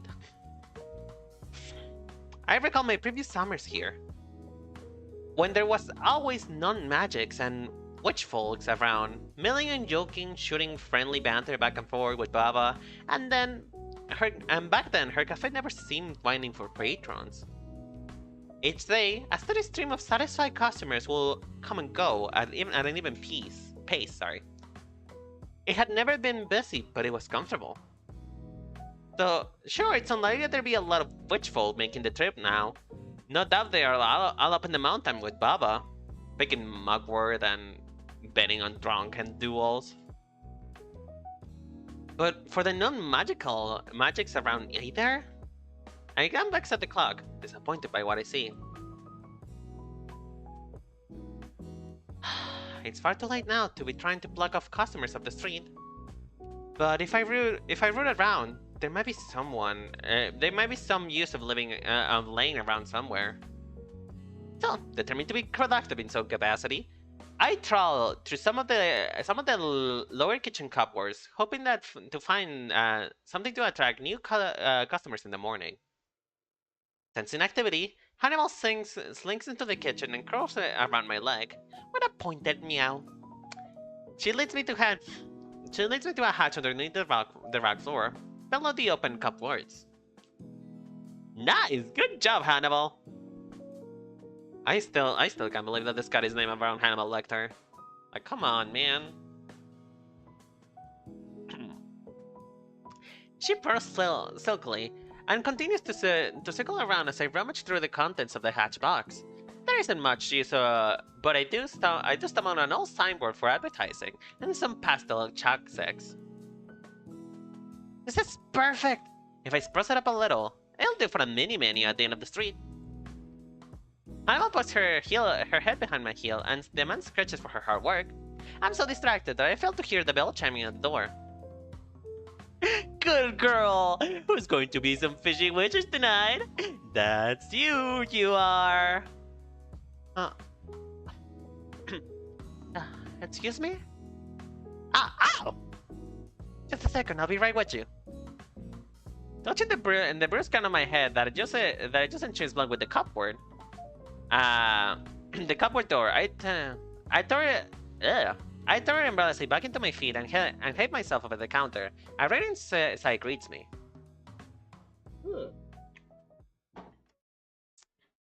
Look, next it's Mommy. Mommy's back. For those of you who like Womana, here's your daily dose of Mama. If you like woman, here, get your dose. She's right here, right here. Hello. Oh shit. Fishy wishies? Sorry. I was talking to the cat. Oh, I remember you. Her eyes visibly sparkle, her cheeks pinken. You do? Of course, the lady from the beach, right? I'm so sorry again for bumping into you back there. Oh no, that's quite alright. So, that's what he meant. Somehow she looks kinda sad. Did he say something wrong? An awkward silence then settles over us, and it stretches on. She starts to comb a finger nervously through a loose curl of hair. Well, this is a fine way to start the evening by making my only customer uncomfortable. Applying my kindest, more sincere smile, I gesture towards one of the seats of the counter. I can only salvage the situation by acting professional now. What are my manners? You're here to order, right? What can I get you? We have a menu around here somewhere. I rummage around behind the counter through her body language. Her body language is shy. Though her body language is. Can I read? Hello? Am I okay? Am I having a panic attack suddenly? Though her body language is shy, the woman is striking. Sandy eyes watch me intensely. I can help but feel a little nervous. Here it is. I slide the menu across the content. A lavish, high-end table listing all our served items, including the coffee blends, black, white. There is such a thing as white coffee? Huh? Well, I can only assume that white coffee is just like coffee with milk, right? Or is that a thing? Is there such a thing as a white coffee? That sounds weird to me. That doesn't sound right. And green teas, small meals, and desserts. But this towel is much like the cafe itself, has a mystical sticker up its sleeve. A coffee cupboard shaped on the table screen, enchanted to be invisible to non-magic customers, conceals a hidden second menu. One that displays some of Baba's oldest potions and other recipes designed for more magical patrons. I admit, I was surprised to find such a thing myself. A paper menu was all that I had existed before. But the tablet looks brand new and screams of impulse purchase, which is unfortunately something which is fortunately one of my Baba's bad habits. The woman graciously takes the tablet from me, tucking a periwinkle curl behind one of her stylish earrings. She begins scrolling thoroughly through the menu. She's so elegant, glamorous, and her eyelashes have this beautiful dewy quality to them. Like black waves bringing to the beach at night. So strong was that association that I was curiously struck by a sense of familiarity. But then... You have nothing new on the menu, I take it? Sorry. You could say I'm somewhat of a regular here. I know this place, and its owner, very well. Oh, then I take it you also know my grandmother's out of town, right? I do, but that's not trouble at all. I didn't come here to see her today. She does her shyly. It's a devastating move, but I don't think she's doing it on purpose. Is she enjoying her vacation? Oh yeah. I'm sure that she's having a whale of a time. He's blushing. I mean, lady, you're beautiful. Lady, we love you. We support our ladies here in the channel. But at the same time, I'm sorry to have unfortunate news to you that your childhood friend turned out to be gay. I am so sorry for that, my dear. But we can always have a gal time, ho. I meant to say dough. Okay, listen. I didn't meant to say ho. We say dough. I meant to say dough. Do not clip that. Do not clip that. She's not a hoe. She's a lovely woman. But we can always have a grand old time together as a gal pal. She pulls out stunts like this far too often. I'm half convinced that she dragged me back just here just to grab me into running the place for a few weeks. Yeah, it is not meaningful, Nex. I didn't mean it. You know, I didn't mean it. All I meant is that she's a wonderful, young-looking, beautiful woman. That's all I meant. The woman shuffles somewhat bashfully in her seat, lowering her eyes to her lap. Well, if it's brought you back to Linsdale, then I'm glad she did. Just think of this as a salacious encounter. Did she mean to say serendipitous? Urgent to smash, she closes her chest and taps the screen with her nail. And the highlighted drink is a salty kelp latte, a popular sea-based item from the secret menu. This one, if I may, is my usual order. Sure thing. It'll be just a moment. Flashing her annoying smile before I step over to the kitchen area to prepare her order. As I lay my hands to the glass bottle the kelp leaves, a spark of inspiration hits me. And so I... Ooh, you know what? We're magical people. We prepare things with magic here. She knows we're magical anyway, so why not? Let's make it taste good. We can be flamboyant as we want. With nobody else here, why be ordinary when I can afford to be a little flamboyant? With a snap of my fingers, a series of illuminated shapes thrills the air, and the ingredients hit my collar and begin to dance around me with a flourish. A dash of seawater, a pinch of sugar, and the start of the show, the salty kelp. The kelp blends their way through the air until they collide, with and a crushing period of themselves into a fine powder. It falls like an emerald snow into a basin of the china cup that dances its way to the woman's hands. Wow, it's so pretty cool, right? But the magic show's not finished here yet. Last arrived the steamed milk, unfurling itself from an evil jug porcelain ribbon. It wends its way to the cup and slowly mixing with the other ingredients. As the last drop falls, I bring my palms forward to bless the drink with one final drop of something special.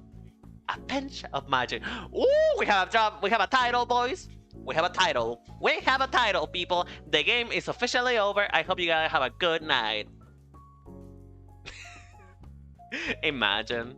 Title drop, bitch. Title drop. Of course, you gotta have it. Honestly, this is a pretty smooth way. It's a pretty smooth way to drop the name of the game. Of course, when preparing an order, of course you will say a pinch of magic. Of course. That is so clever. I am so happy with this. And now for a finishing touch, could you tell me your name?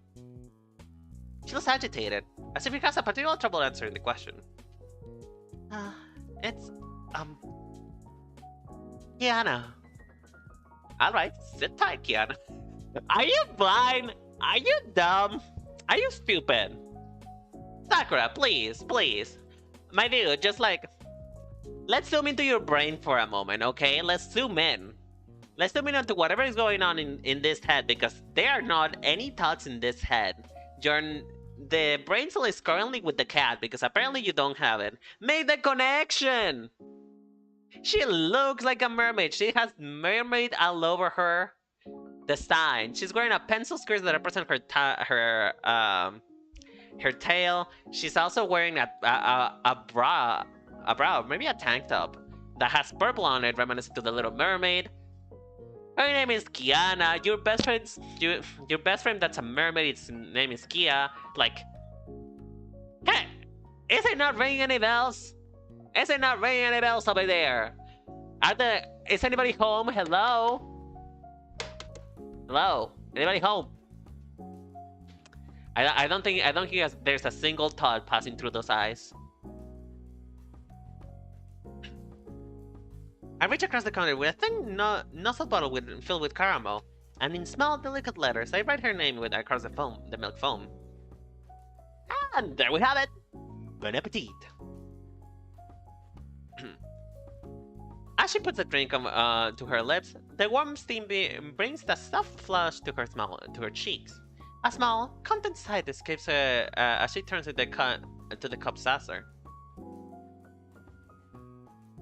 So, my salty kept ladder doesn't need a mermaid's approval. Okay, so you know that it's a mermaid.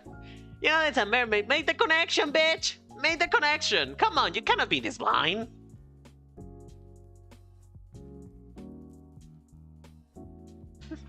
Yeah. Oh, sorry.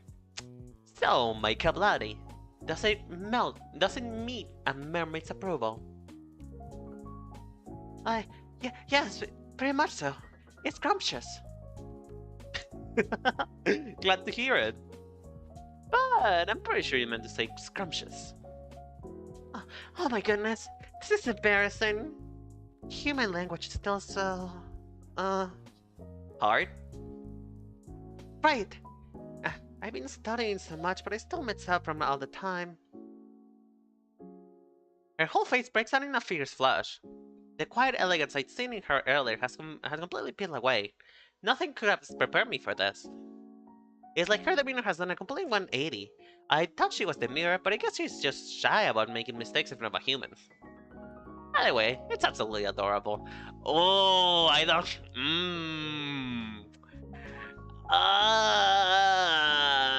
The writing is playing against me. I don't want to go with her, but like, it's also the childhood friend trope, though. I am so weak for that kind of argument. I am genuinely weak to the childhood friend archetype. I'll be honest with you. Like, no matter. Oh, but come on. The premise of the stream was dating the man. I cannot just go turn around and suddenly date the woman. You know what? You know what? You know what? I'm coming back for you, baby. I'm coming back for you. Okay, I will do this later. I will probably do her route later because she looks like she deserves it. But I have a vendetta against that man. I have a vendetta against the man that decided to be mean to me. And now I'm gonna make him love me. So I'm so sorry, honey. Maybe another time. Maybe for after another cup of coffee. Don't apologize, it's cute. The way you mix up your ones, it reminds me of. Oh, finally! The brain cell has been intercepted. He finally catched it. No way! Kia? Finally! It come true! He has brain cells now! The brain is working, the brain be braining.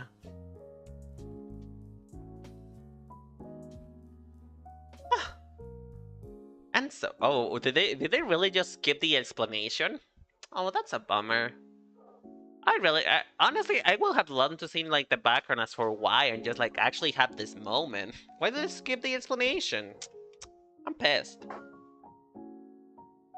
And so, I've been visiting the cafe ever since my Brenling ending.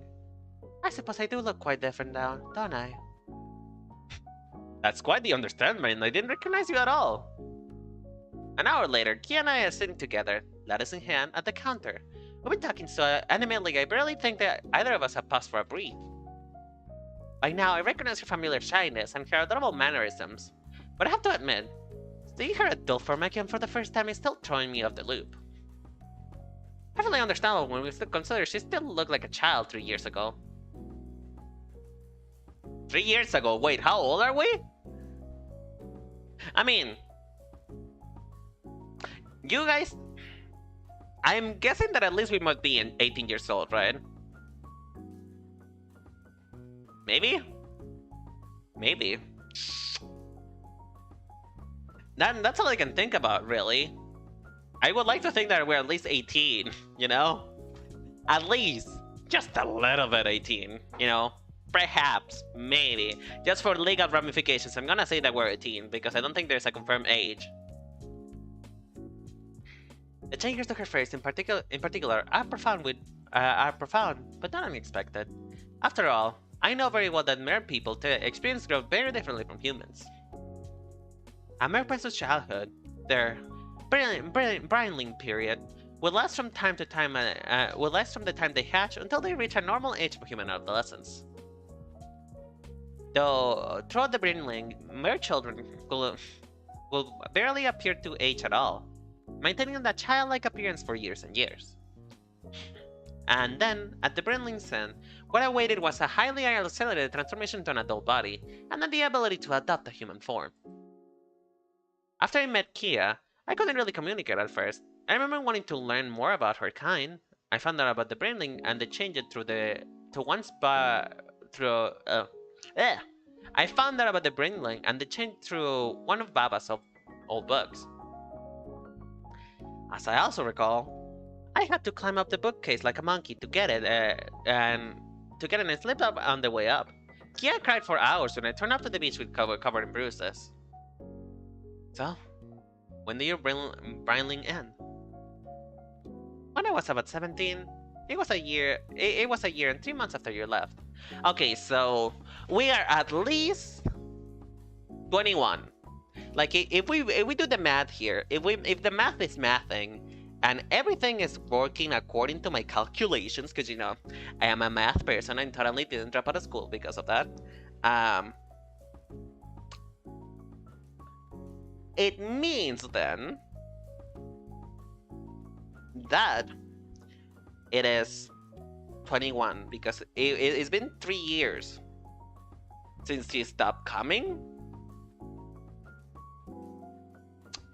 So if we do that, and we add that it was a year and 3 months, so it's been 3 years. So she was 16 when he left. If we're considering that we're probably similar ages, I'm probably gonna say that I'm probably older than her, but hey, then it will be 17, 18, 19. We're probably either 20 or 21. I would like to believe 21, just because, you know, it's closer to my age. Not that I was counting. Oh, she's adorable, man. Oh, she's so cute. I'm so sorry, sweetheart, that I have to break your heart. I'm sorry that I had to be stupid and just go with the man that I despise just because out of his pure spite. I am so sorry. Hey, buddy, can I get an F in the chat for this poor woman who's like being ignored by the man?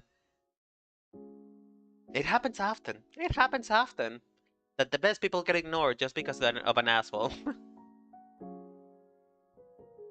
When she catches me smiling, Kia turns away and scrambles for her drink. It's the cutest thing. But it's only a reminder of something else. Wait, earlier, didn't you say your name was Kiana? Well, after you didn't seem to recognize me in the bitch, I was a little embarrassed. She highs heavily, resting her hand over her heart.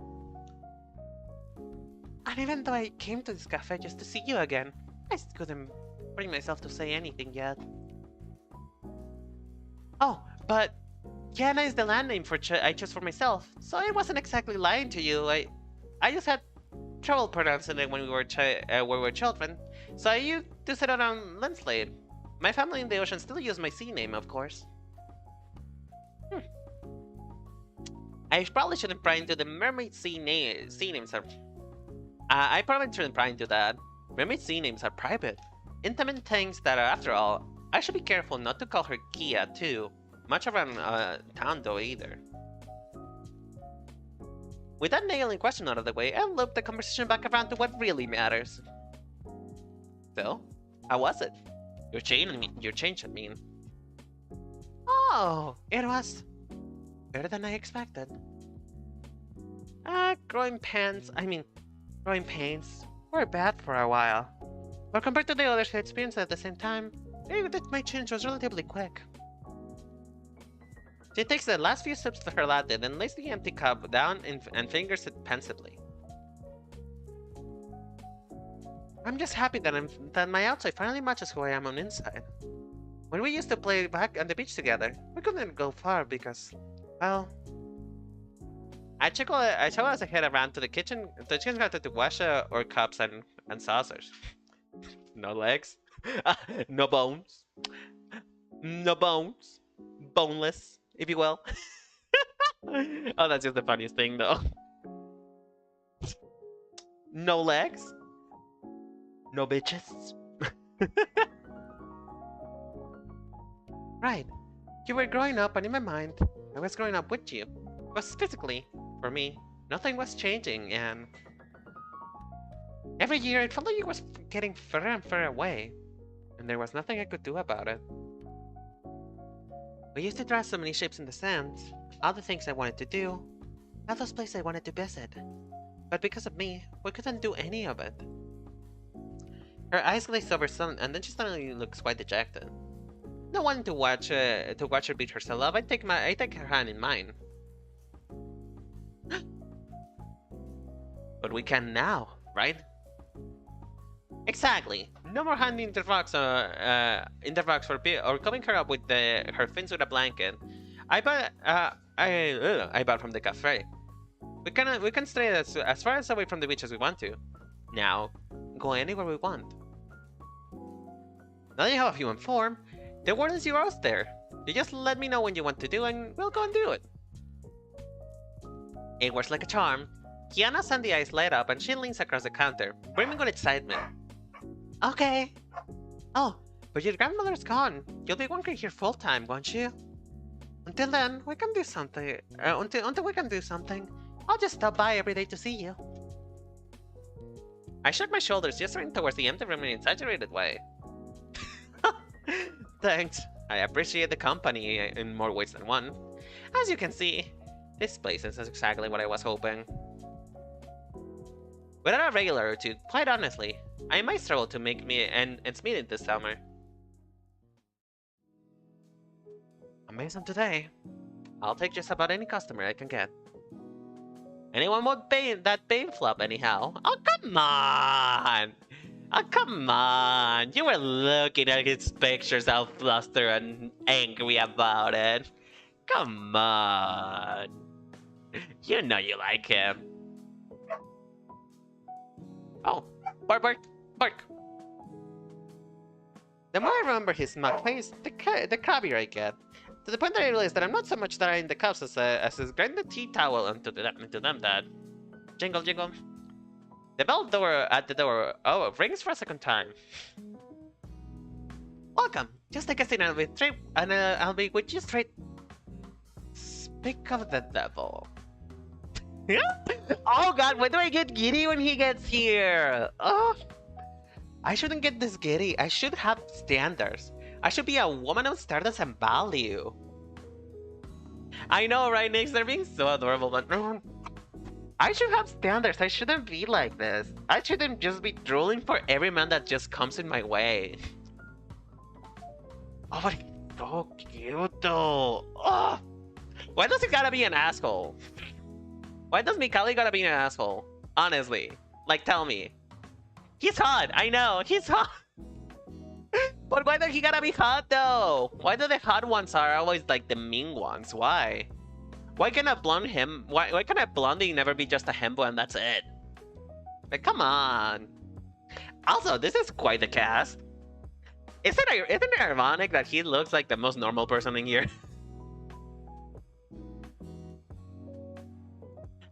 No, you're right, Nex. You're right. I'll bet you that the moment that he falls in love with me, he's just gonna be the sweetest person ever. And honestly, I'm gonna have fun reminding people how he treat me. I'm gonna have fun being like, oh yeah, but are you sure I'm just not, you know, the owner of that smash down bar that you found? Are you sure? You know? I honestly will. I will never let that die. Me personally, I will not let it pass. Miguel stays inside, looking the interior over with both hands shoved into his jean pockets with a slightly furrowed brow. He's looking distantly less cool and collected than this afternoon. Now he's obviously trying his best to mask it. Hold on, give me 1 sec. I'm gonna blow my nose.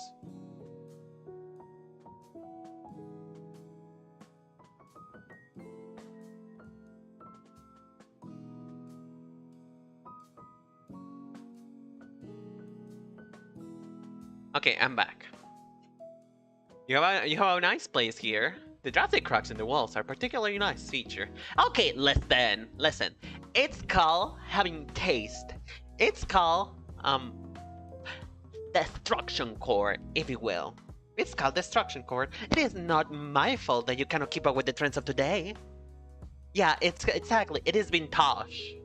I can't believe you'd call yourself a critic and you cannot recognize good vintage when you see it. How dare you? How dare you, good sir?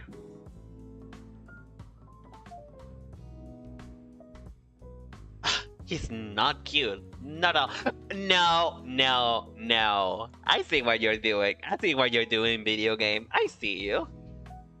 You're emphasizing that he's not cute, but then you spend like a good probably 10 minutes looking at his topless pictures. Come on, you do not fool me, game. He's so into him. He's so into him. You cannot lie to me. I see it, video game. I see it. I'm watching you. My jaw joins creaking like an oil metal as I force a smile.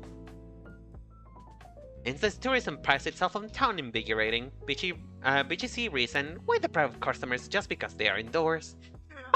Nice save. Okay, that's good. I like that. Quick-witted and sharp. We love to see it. Cute. Very cute. He's just a Kevin. He's literally just Kevin. His name should have been Kevin. Sensing the discomfort, I just took to the counter seats with another huff. Oh, sit down here if you're sit down if you're here to order. You're here to order? Mikali slides into the seats directly beside Kiana, and he beams obnoxiously as he pulls out his phone. Of course, and I don't need a menu. Just serve me your best attempt at coffee. Oh, can I spit on it? Am I allowed to? Would you guys like be disgusted at me if I just spit on it a little bit? Just come a little bit of a pinch of magic. I'm sure Mr. Love is magic, right? Right? Oh, I'm so gonna make you fall in love with me. You're going to pay for it. Please, of course I will. I'm not trying to put you out of business.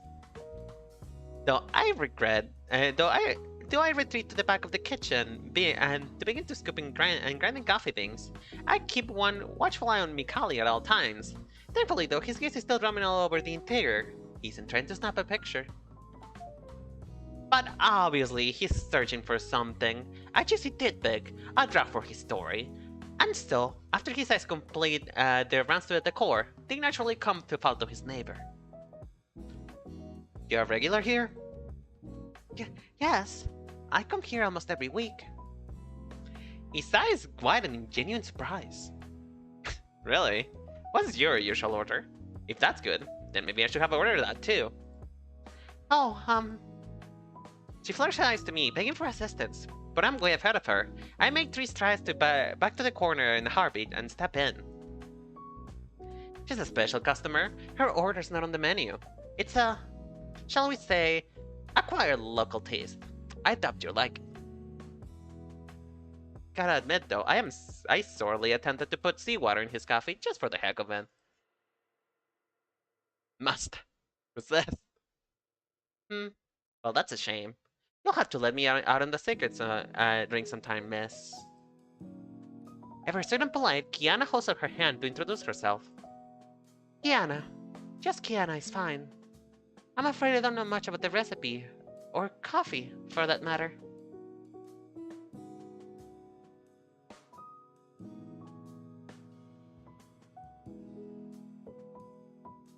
Just as I become concentrated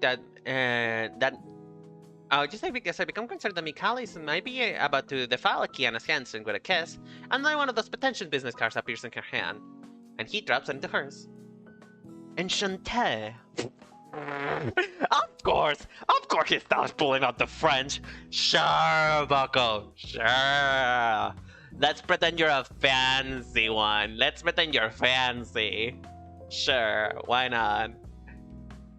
Why not? Let's pretend that you know anything of French. Come on. Enchanté. I'm Mikali, and I just happen to be an expert at coffee. I'm a cafe blogger. Ooh, cuisine? It's pronounced cuisine, Kiana. It means food.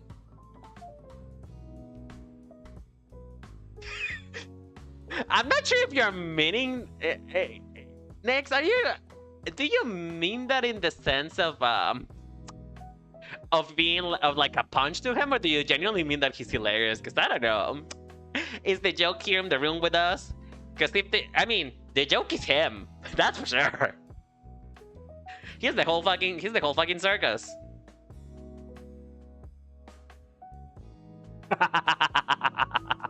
I know, but listen. You know what? I'm gonna punch him with my lips.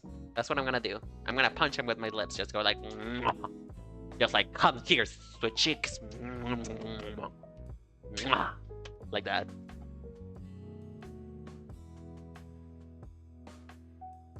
I turned to Mikali and scrambled for a cover-up. She's not from around here. But her accent... He doesn't look convinced at all, but thankfully Kiana's pure-hearted curiosity comes to the rescue. You've read about food. Then you're here to write about cafe curiosities. Yes, that's the intention. None of you heard of my... But Kiana already stopped listening. Sakura, this is perfect! Now you don't have to worry about finding customers. Once he tastes your coffee, he's sure to love it. And if you write something good, people will come from all over Linslade. Oh, she's such a sweetheart! Aww. Baby, I think we need to work on you being able to detect bad people. I know, she's adorable. I bet she will be like probably your best supporter. Although, if I'm being quite honest, even though she will be your best supporter, she will also not be good to give you feedback because she will always think that everything you do is perfect. But hey, you know what? Sometimes all you need to do is get somebody who tells you that you're doing great, that you're doing wonderfully, and that you are indeed that bitch. She's so cute, I swear to God. Kiana, my sweet summer child, your innocence is wasted on him. He's not that kind of blogger. I suddenly turned the coffee grinder. I give Mikali a disappointed side eye, and he shifts in his seat. The twitchy guy beside you only visits coffee shops he expects to be bad in his blog. His blog is just a collection of hatchet jobs, designed to be shocking and to tank any business that he writes about. He's only here because he thinks my coffee is going to stay so undeniably terrible that it's gonna be a juicy article. With one last yank, I grind the last coffee beans into dust. Or have I missed anything out? Bitch, I love his personality. I'm here for this. Read him, bitch. Fucking drag him to the ground. Drag him. Drag him. Mikali practically rolls his eyes into the next country. Hey now, you make it sound like I'm the enemy here. Ask my darling readers and they'll tell you. The only few things that I'm guilty of in this business are being criminally handsome and honest. Well, at least he's confident. At least he's confident. I'll give him that much. We love a man with confidence. And the coffee they serve at all of those other cafes just happen to be honestly awful. So think of it this way. This is your perfectly fair chance to impress me. Not that you will. I've savored the finest wine this world has to offer, but you're welcome to try. It seems to take Kiana a few moments to process all of this information. I guess she still isn't all too knowledgeable about this side of human society yet, but it does click into place. For when she does click into place, she looks crushed.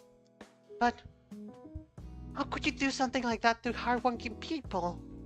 That's so... the spectacle!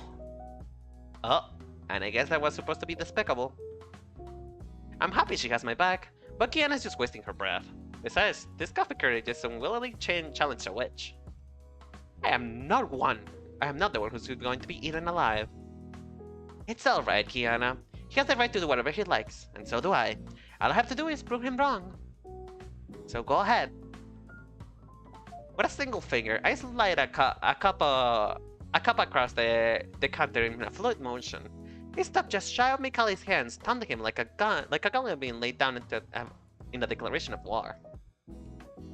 It emits a powerful, bitter aroma just so tantalizing that it cleanses the air and doesn't let go. A mouth-watering aroma no person could resist. Secret house, Lynn, with a little pinch of something specially mixed. We're just gonna call it magical spit, okay? Just a little spit. Just, on the house. For free. I sneak Kiara a mischievous wink. She understands my meaning implicitly. Drink up. You won't be disappointed.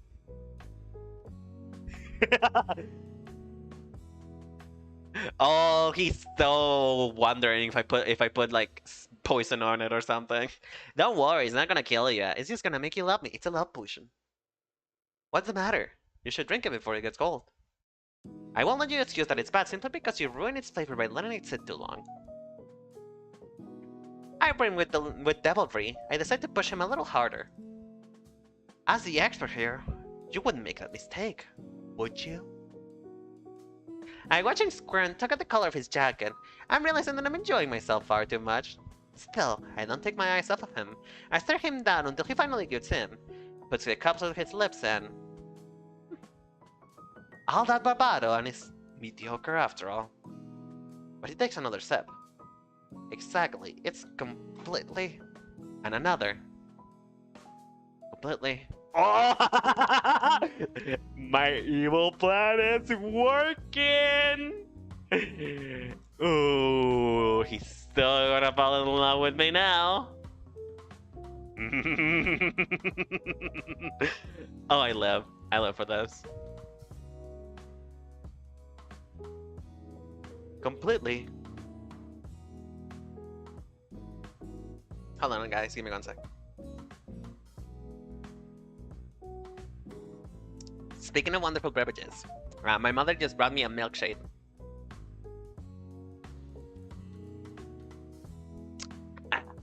I love milkshakes. They're so good. It's a coffee. It's a coffee milkshake, by the way. Well, could it be considered a milkshake if it's coffee? It's cold. I guess it could be considered a milkshake, right? But yeah. It is really good. I love coffee.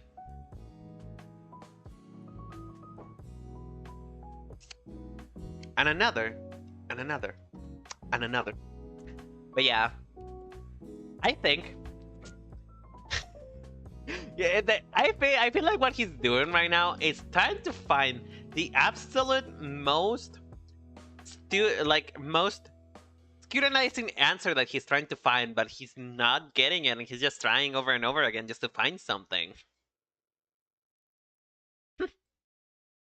He drinks and drinks until the beneath rips away, and he finally throws his hand back, shamelessly chugging the whole liquid until he has lapped up every drop of the bottom of the cup, and the bottom of the cup is all that remains. Hunching over, he slaps the cup down on the counter, and he stares at his in dumb disbelief. He's shaken, a little breathless, and there's something clouding about his expression.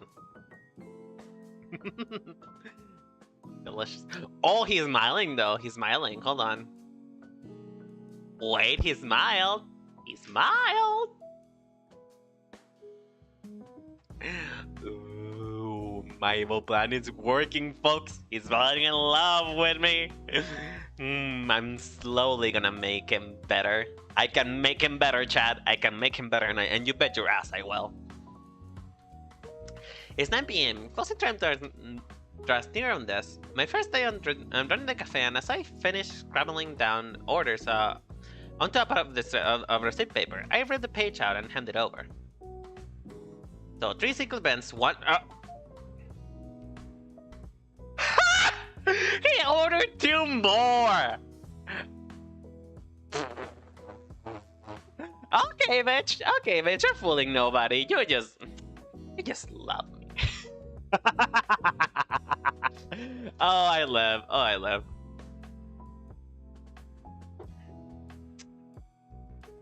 So 3 secret blends, 1 small and 2 grandes. That'll be 7 gold.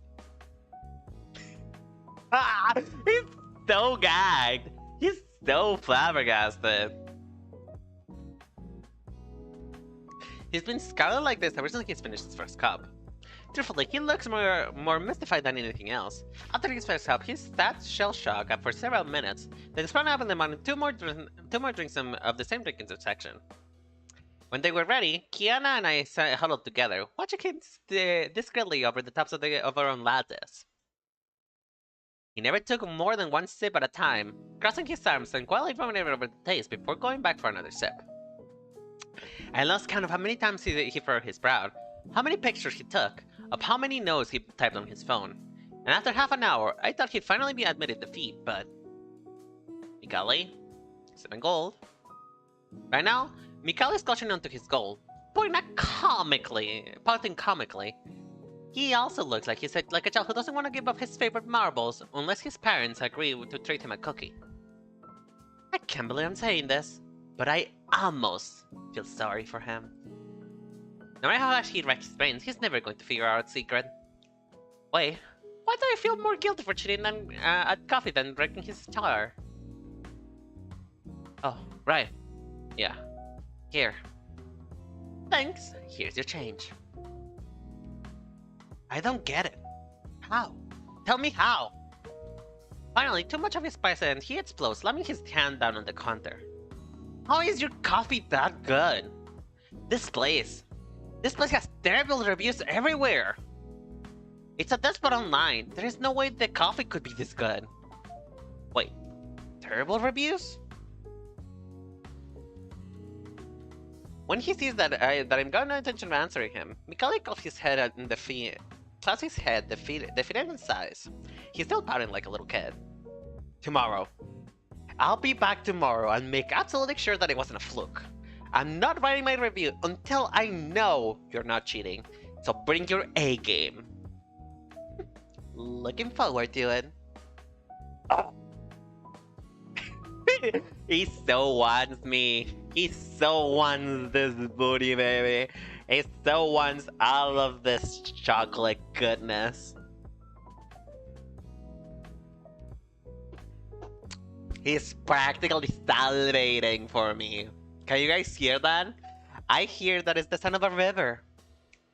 A Nile River. He concedes and stumps away to gather up his phone as he moves out of earshot. A very apologetic-looking Kiana takes his place, and she leans in and whispers in my ear. Is he going to be alright? He looks kind of upset. He'll get over it, and I have a feeling he might turn out to be quite useful. As I done for Mikali, I write out her receipt and pass it on. Here you go now. How are the lattes? Not salty enough? She puts her hands to her face and cheek pinks in contentedness. Not at all. They were perfect. Even more so than your grandmother's. Your kept lattes leave me feeling completely fresh. Being so out of the sea for so long must be tough. Oh, sorry. Being out of the sea for so long must be tough. Anytime you need to pick me pal and pick me on, you know where I am. Thank you. As Mikali is making his way back, Kiana puts her hand into her purse, fishing around for gold. She's stumbling a little, like she's having trouble. Ah, I forgot. Maybe she doesn't know how human currency works yet? Oh, he's paying for his drink, you little son of a bitch. Of course you want to show off with the woman. Of course you do. Because you cannot bear for a woman to see you for what you are. Of course. But before he can cover her, Mikali steps forward and trying to act chivalrous. No need to be flustered. I got more than enough for the both of us. Oh, it's fine. Here, I think this is enough. She tips out the entire contents of her purse. A whopping shiny mountain of gold individual coins spill off the counter on the floor. What the? Oh, he's gagged! He's gagged! He's so gagged, dude. He's gonna be like, how can she have so much money? She's richer than me. I know. That would be me though. If I didn't know better, that would probably be me. I wouldn't say anything because if I didn't know about money, that could perfectly be me. But Kiana, it was 8 gold, not 800. Oh. Well, that's okay. Oh, I told you, man. She's just rich. I'm surrounded by rich people.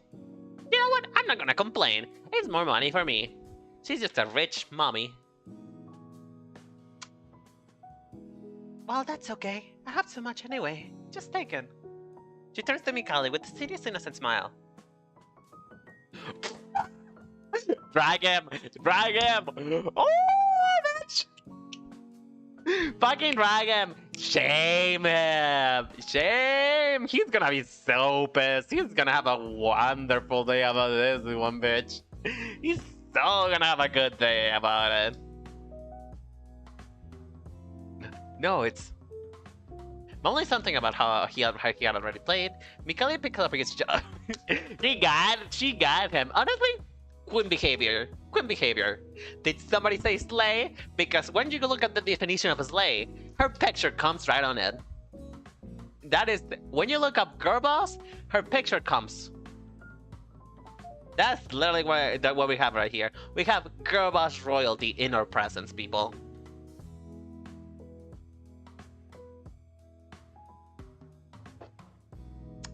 Mumbling something about how he had already paid, Mikali picks up his jaw off the ground and quickly sits himself out. Did I say something wrong? No, you didn't. Don't need to worry about him. I paused, thinking about what Mikali had let slip earlier. Kiara, this cafe. Does he have a bad reputation on Linsdale? Not into the night. I'm starting to. Oh, okay. Oh, okay. Then we have already like skipped. Well, if that's the case, then that being the case, I think this is a good time to end stream. I think that this is a good time to stop the stream for now because I really don't know how long this. Oh, hello, Luz. How you doing, honey? Girls like girl keep girls. Of course. I don't know. Do you guys want us to go for a little bit more? We can complete the hour. We can make it a 3-hour stream. But yes, indeed, Luz. This woman right here is the very definition of gaslight girl keep girl boss. We love to see it. We love to see a queen. We are in a princess of our queen. I kinda wanna go for a... Oh, but I don't know how long this game is. Of course it is. That's queen behavior. That is queen behavior right there, son. But I'm not sure if I want to keep going because I don't know how long this game is. You know what? Let's go for a little bit longer. Just a little bit. At least we're gonna find out why the place has bad reviews. Then into the night.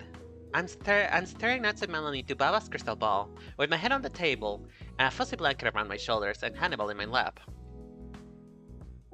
No clue, sips tea. Stop sipping the tea! We're gonna run out. Leave some for your fellow chatters here, you know?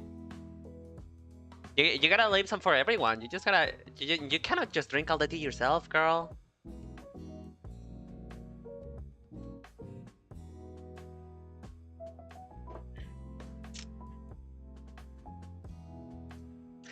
But yeah, if you're still here, Liz, how you doing? How's your day been? How are you doing, honey?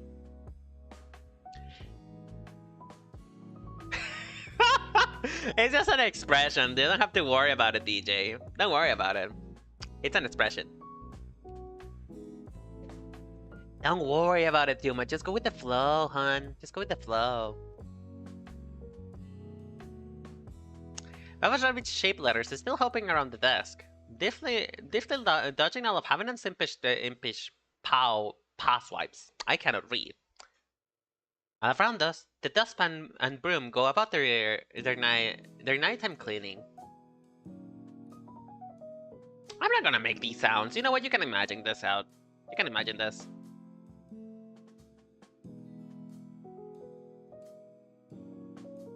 I still can't stop thinking about it. Terrible reviews. That's what he said. Kiana didn't seem to know anything about it. But then again, I doubt she'd pay much attention to something like that. No reason just to not to find out myself once and for all. I slip my phone from my pocket and punch in a few keywords and hit enter.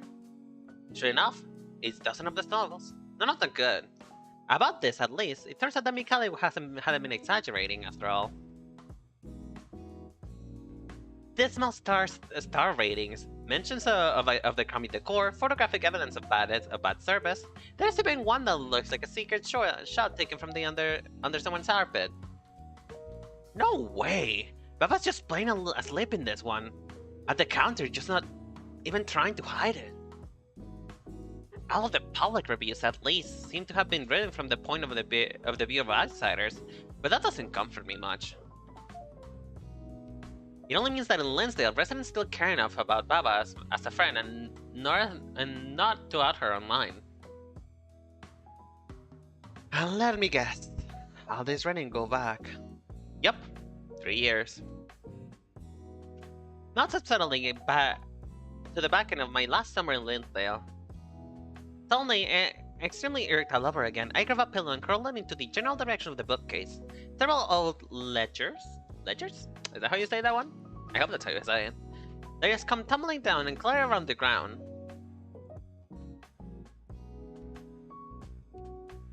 Honestly, Baba, you're a powerful witch. If you didn't want to run a cafe in the first place, why didn't you just literally do anything else? This is exactly why Dad's always worried about you. After screaming out some of our suggestions at the void, I held myself over the tiny pile of books and started gathering them up. Annabelle trots near, stepping all over the ledges and then crawl up for a snooze. She's all about as helpful as a 6 toe. And what about you, huh? You didn't think to mention that tip, did you? You're talking to the cat at this point. Are you okay, honey? I don't think. Wait, is it? What if the cat talks back? Oh. Ooh, magical cat. I mean, I wouldn't. It's a word of magic. I will not expect. I will. It will be expected. The truth is, even if her heart never really been with the cafe, I know exactly why Baba chose to stay in Linsdale all these years. Once, she laughed and told me that it was because she could lie on the sand in a bikini, drinking a coconut juice every day. But really, it was because of all the shit. Me too, bitch! Me too! I identify so heavily with this. Me too, girl. Honestly, I could. When I went to the beach like last year, you couldn't pay me. You couldn't pay me to move from my spot because I had the best wonderful view. Oh man. I think, honestly, Grandma's also a girl boss. Grandma is also a girl boss, girl. She's a girl boss. That's a girl boss moment as well. We love to see it. We fucking love to see it. Get it, Grandma. I pick up last of the ledgers, shaking kind of all of the cover, but then I stop to realize that it's this year's edition. Something in calls me back to returning into the shelf before taking a peek inside. A feeling, or more like a terrible witch intuition, that Baba had more than one body skeleton in her closet waiting for me to discover it. Her escape, the bad reviews, an empty pantry, the shifty locals, even the brand new tablet. Hey Kimi, how you doing, darling? Welcome. How's your day been? You catch us you catched us right after the Girl Boss moment, but I hope you're having a wonderful day. A wonderful day. Okay, a wonderful day, hun.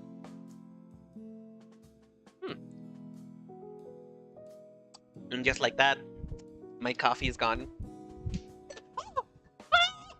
No. Oh, I almost broke everything.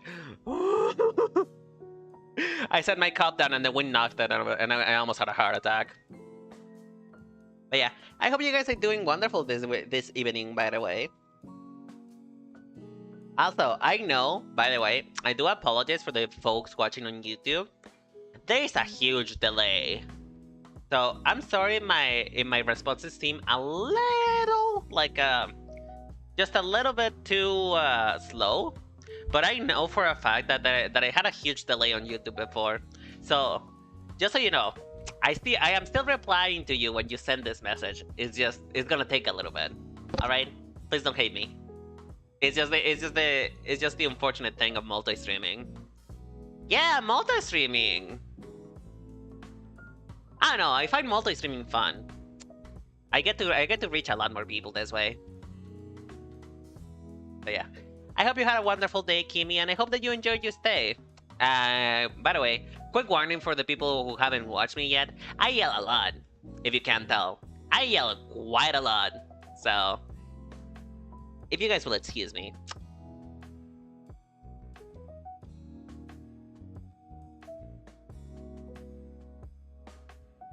Escape the battle reveals the empty pantry, the shifty locals. No, I don't bark. No. Don't expose me in front of my YouTube audience. They're not supposed to know about this. Sorry guys on YouTube. I'm so sorry. I promise you, there is no barking around this area. Not in my house. Not in my house. You know, Nix doesn't know what they're talking about. They're just trying to make me look like I'm a down bad VTuber. But I promise you, I am not that person. I'm not that girl. All the clues were alleging to suggest that there was one very damning picture.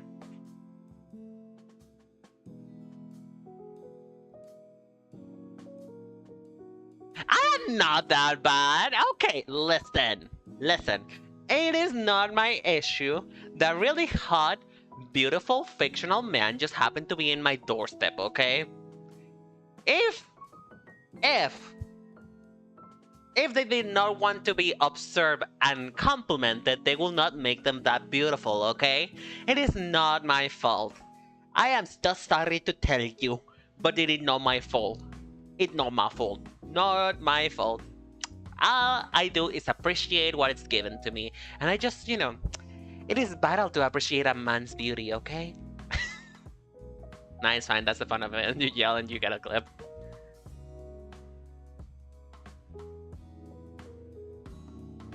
What is that supposed to mean? Hold on, explain yourself. Explain yourself, DJ, because I feel like that was a jab. Explain yourself. But yeah, I mean, I don't know. On the one part, yeah, I do like yelling because it's like funny. It's funny, haha, VTuber man. But on the other hand, I'm also like, should I really be yelling and blowing people's ear holes? I don't think I should be blowing people's ear holes out. But yeah, I hope you enjoyed this wonderful show of absurdity that is my stream. Make us deaf. I'm not sure how to feel about that one, girl. I'm not sure how to feel about that one.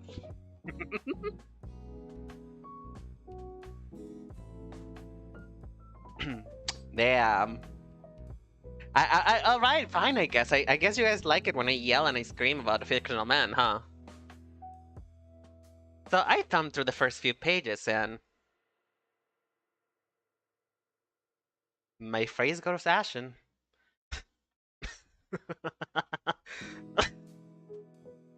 I knew it. She is totally broke. Almost if I can feel the skeleton of fate springing from the darkness, I'm probably closer to put its hands around my neck. But that's not all.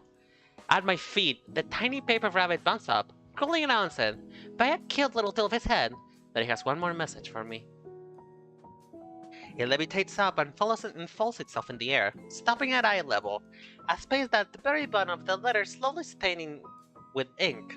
A second postscript that had been hidden until this exact moment. Sakura, PPS. That's right, I'm totally broke! Don't know what happened, really. Be a dear and sort something out before I have to file the bag for bankruptcy. For bankruptcy. Oh, Lord. Honestly, queen behavior right here. Queen behavior. Just leave your grandson to deal with it while you go on a retreat to the mountains, you know? Totally normal. Totally normal. And a totally normal, like, mid-age crisis or whatever. I don't know how old grandma is, but I'm gonna assume that she's probably mid-age. I don't know. But she's that way. She probably looks young. I believe in you. Honestly, though. Oh, so cute. We have a cat in our midst, people. We have a cat. Nobody breathe. Nobody panic. Nobody panic. We have a cat. We have a cat in our midst. Oh, she's so cute. She looks like a fancy cat too. She looks like one of those cats that when you turn around in one of those shifts, in one of those in one of those chairs, you'll be stroking it like an evil, like a villain, just like, yes, my evil plan. Everything is going according to Keikaku. This is such a beautiful home, though. Although I'm not sure how to feel about all of the satanic, all of the witchy stuff in the back. You know, it's not looking cute and quiche, honey. I almost call it satanic, but it's not really the same thing. What are you panicking about? You don't have to panic. We love magic and stuff. It's just, you know. Cat. Don't panic over the cat. It's okay. Don't panic, people! No, don't panic! You're gonna scare the cat, please. We gotta keep calm. We're not to disturb the specimen as it lives around in the area, okay? If I know anything about cats is that they don't like to be disturbed, and I would rather not have a scratch on my face. I'm the one playing this game. It might jump out at me and scratch me, okay? Don't panic around the cat. The cat, it's okay, everybody. The cat's okay. Also, is it me or does it look like it has a third eye? Wait, hold on. Kowalski, zoom in. Kowalski, enhance. Does it have a third eye? Bitch, I think it has a third eye. Hold on, please confirm with me. I'm not stupid, right? I mean, it could be, but it's the exact same shade as his eyes.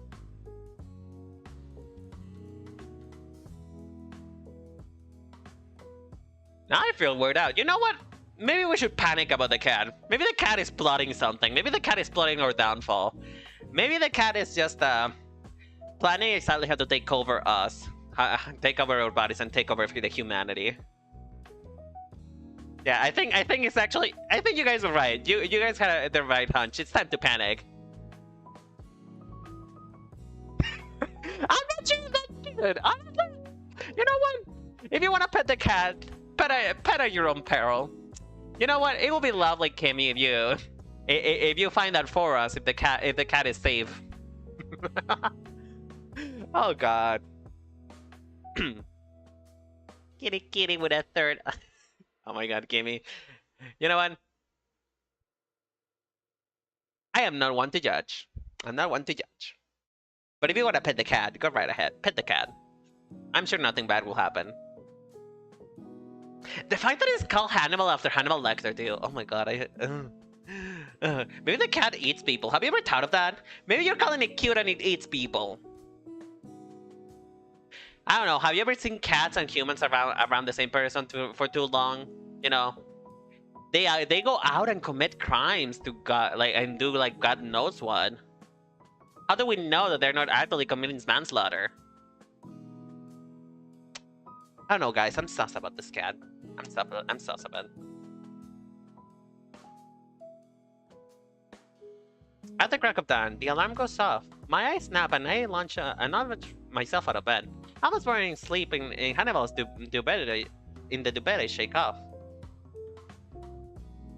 After a brisk run on the spot, I slap my face several times until I'm absolutely fully awake and ready to deal with this nightmare situation. It's the cat in the 5th dimension. Wait, how do you... Huh? Wait, are you a 5th dimensional being perceiving my stream right now? Oh gosh, guys, we have been blessed. We have been blessed tonight. We have been blessed by a 5th dimensional person. Honestly though, have you guys? I don't know if you. I don't know if this is just like my TikTok and me being weird about it. But have you guys ever gotten that video of like a woman that explains the different dimensions, and she explains it in such a creepy way? Hold on, I need to find the video. Hold on, I'll give you guys a video to watch because it's genuinely quite frightening. But she just speaks about the 3rd dimension like it's just like another world and being and stuff like that. So she talks about it in such a creepy way. Hold on.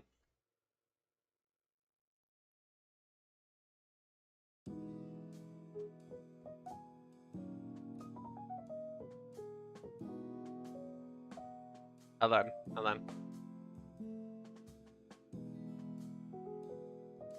I'm gonna share this on. You know what? Can I show it on stream? I can show it on stream, right? Hold on. I'm gonna show it on stream. Hold on. Put him out.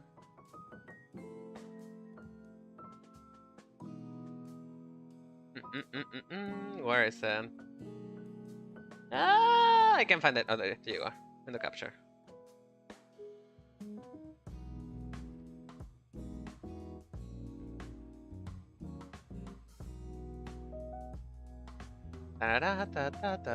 Here we go. So, prepare to witness probably what it is, one of the most creepy things I ever heard about. Are you guys ready? Actually, I'm gonna pause the music on the game real quick.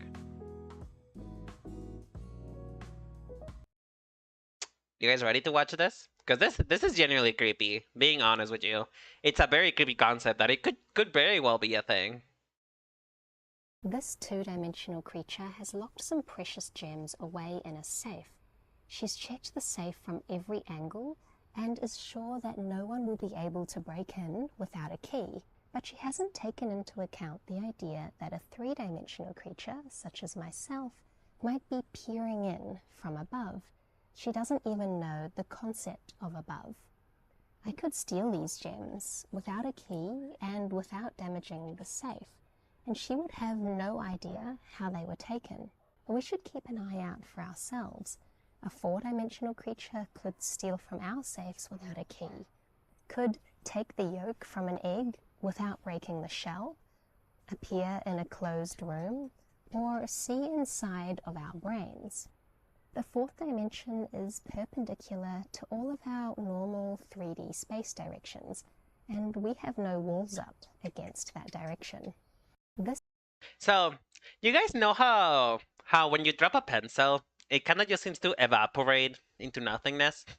I think that's probably the 4th dimensional being just grabbing the pencil and just keeping them to themselves. Being honest with you.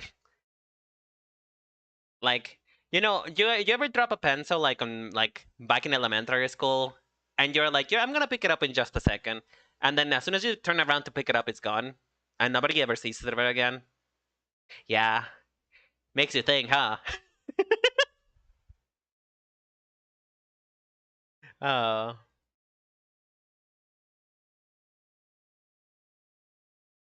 But anyway, back to the video game. But yeah, if you are indeed a 5th dimensional creature, Kimi, please give my pencils back. On a guy.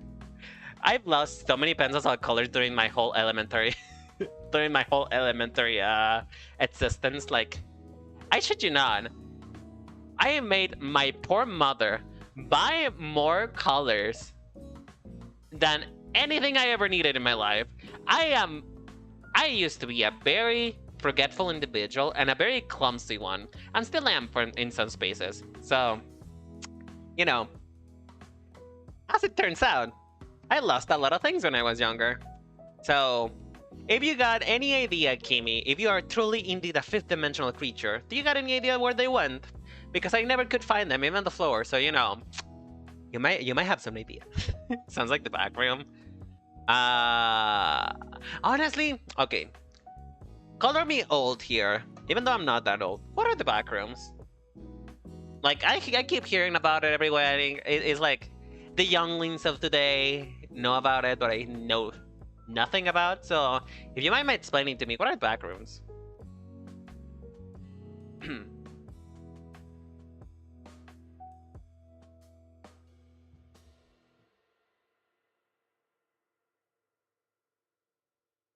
Oh. Oh, okay, I see. So you're not the one who stole. You're not the one who stole my poor pencils. Okay. Well, if you ever see your fifth dimensional friend, tell them to give him my pencils, please. I would love to have him back.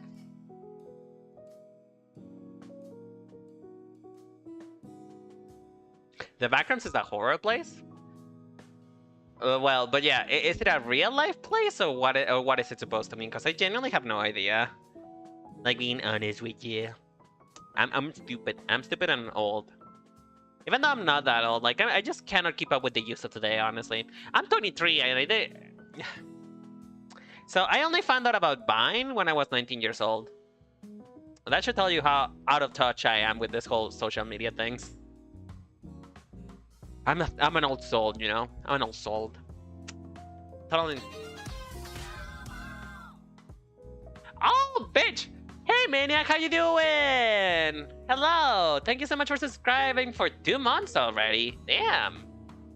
I appreciate it, honey. I hope you're doing wonderful today.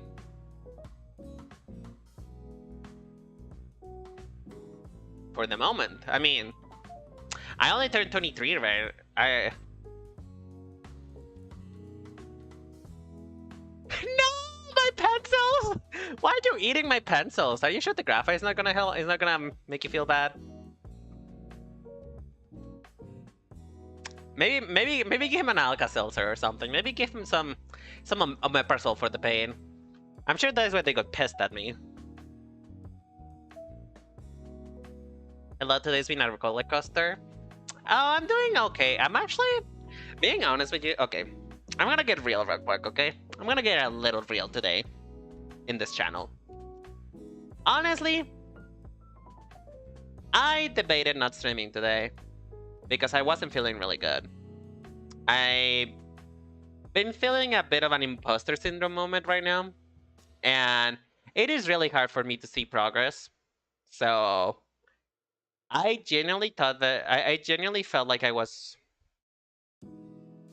How to say this? How to say this without sounding ungrateful? I genuinely felt like I wasn't enough of a good streamer to ever get popular, to ever get viewers, to ever get good at things. Because I feel very mediocre. That's the way I feel about it.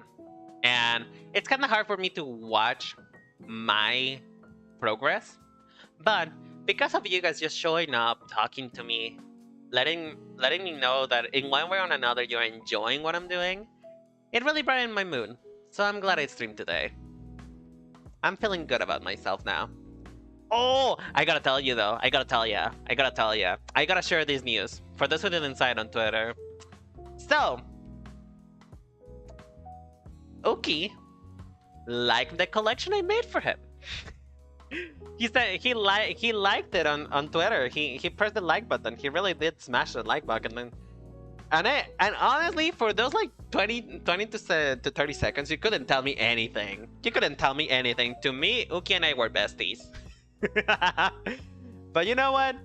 I am proud. I am proud that he liked it enough to be able to just be like, okay, I'm gonna actually press like. You know? I'm glad. I'm glad. Which, by the way, do you guys want to see how the actual illustration's coming along? Because I made some progress, but I haven't finished it yet.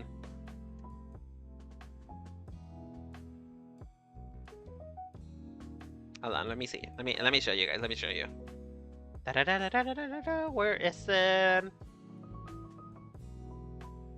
Honestly, I should one day just rewire everything, because every single time I try to find something, it's like trying to find, it's like trying to like rumble around in a purse. I never find anything I want. But you know, it always happens, right? It always happens. Whenever you move things around to be like more like clean and orderly, you never find anything anymore.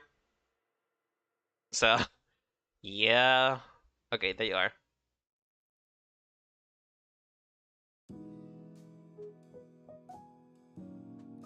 Here we go. This is how it's coming along. Isn't he looking fine, looking gorgeous, looking wonderful? Isn't it looking wonderful? Oh, I love this. I am honestly really glad I love the way it's turning out. And I hope he likes how it looks.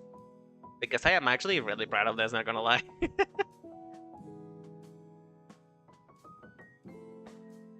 But yeah. And also, I am particularly proud of his face.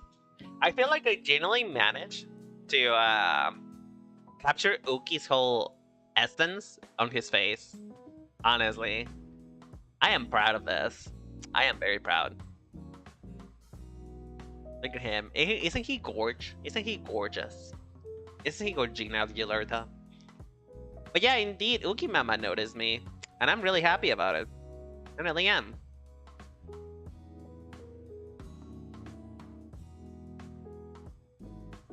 But yeah, I hope that you are gonna have a better day though, Maniac. If you need anything, you know that I'm always here to try and brighten your day up, at least in one way or another. He's Lake Queen, of course. Nothing less for a wonderful Uki, or wonderful hetero-friendly Uki. Oh man, I love him so much. I love him. He was my original Oshi before Aya arrived, and he still holds a really dear place in my heart.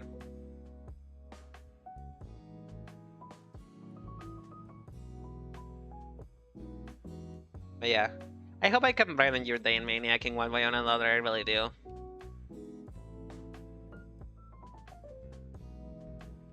You can always come here, relax, and you know, just watch me freak out about men. That's generally what it is. Like, even me freaking out about Uki. Uki happens to be a man, so I'm freaking out. Although, I'll be honest, I will be freaking out if, like, back when I did my Rosemi collection, I will be freaking out if Rosemi also also liked my collection, but I don't think she saw it. But oh well, you know what? You win some, you lose others. Alright, action plan for today. Step 1, get dressed. I did not get dressed already, Mary. You already get... Oh gosh. I keep looking at the cat. I keep looking at the cat and it's staring back at me. I'm not sure if I like it. I'm not sure if I like this cat. Are we supportive of the cat, guys? Do we care for the cat? Are we feeling the vibe of the cat? Because something feels off. I feel like it's plotting my murder.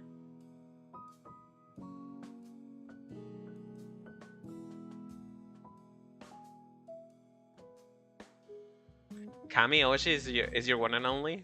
Wait, who's Kami? Wait, you don't mean God, do you? Or do you mean Kimi? Oh no, it's a term. Okay, I'm stupid. I thought when you said Kami Oshi, I was like, oh God, she doesn't mean like God is my Oshi, right? I mean, I love you, God. I love you, Jesus. Like, thank you, but like, you're not my Oshi. I mean, maybe you were my Oshi at some point, but like, okay, it's a term. So Kami Oshi is just like your one and only, then, right? That's honestly a good question. I don't know who my Kami Oshi is. I know that I really like Aya and her content, and I really like Uki. But I don't think I have a Kami Oshi just yet. I don't have anyone who I like religiously watch, you know?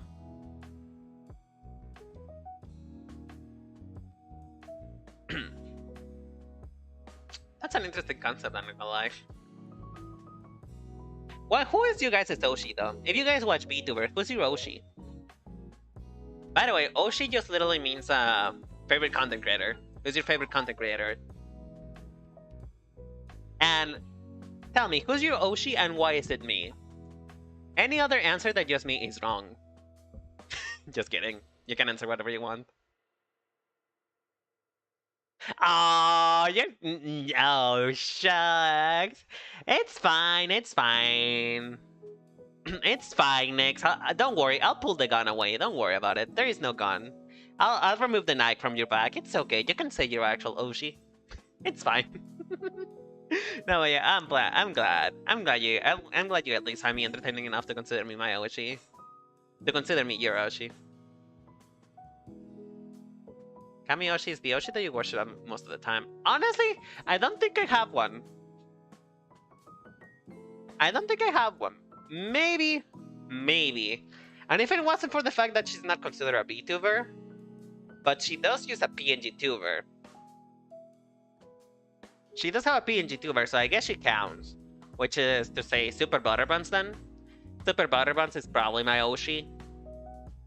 But if I have to pick from within Nijisanji, I don't think I could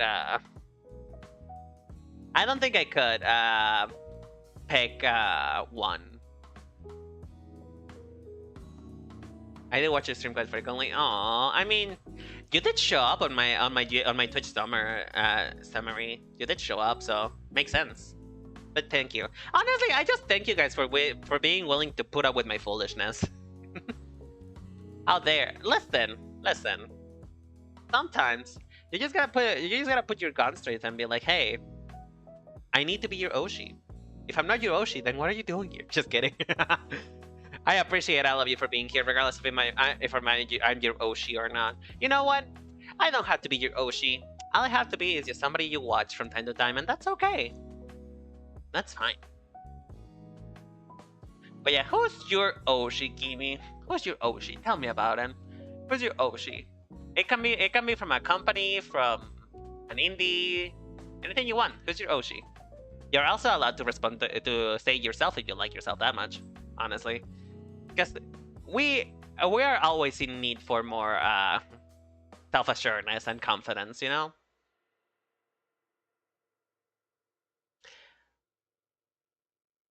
I tear the wardrobe door open, throwing whatever I touch first into my body. Being fashion conscious is going to make the difference today. Oh, no, absolutely not. No. Okay. Hi, everybody. Listen to me here. Listen to me well. Fashion is always gonna make an impression. Of course, you don't gotta dress for anyone. Don't dress for anyone but yourself. But if you, my good sir, my good people who are watching, want to leave an impression, regardless of what the impression is, you consider the way that you dress. In the case, this man right here, my good wonderful Sakura over here, which is clearly not me, because I would care about it, you are going to dress up the way you want people to see you, okay? And it doesn't matter how people perceive you, okay? Okay? It does not matter if they think that you're bad, if they think X or Y, but you gotta dress up for the occasion. You gotta dress up, you gotta be conscious about what you're wearing, because at the end of the day, you gotta be comfortable with what you wear. And it matters, believe me, it matters. It gives an impression of people, and the impression you want to give is the impression that you need to dress up with. Like, honestly, my whole mission with me is just, I want you guys to know that fashion doesn't have to be something fancy. It just has to be based on looking good, looking nice. And what nice is obviously, it's obviously like up to the person, right? But all I want you to do is just put more effort, okay? You don't have to dress super fancy. You can just put on a t-shirt and jeans, but look clean, look sharp. It matters. It matters. Because when you dress up for yourself, believe me, and I tell you, when you dress up by the way you want to, and the way you want to express, you will actually feel better about yourself. So, you know, don't let the power of fashion be just a side thing that you do. Yugo Asuma is my Kamiyoshi. Oh, I miss Yugo. Honestly, he was so good. I miss Yugo. But oh well, I've been following him when I have been following him for a while. I was taking notes about singing from him. So you know, I hope that whatever he's doing, I hope that he's having a good time. Honestly.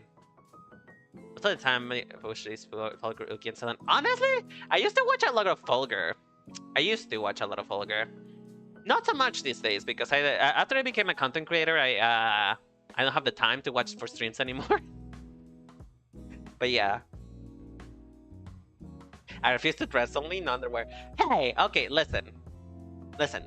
At least in this stream, you're gonna put up at least some pants. I'm not asking you to... Listen, sir. No pants, no shirt, no shoes, no service. That's the way it is. You gotta dress up. At least a little bit. At least for me, wear some shorts or something. A tank top, any tank top.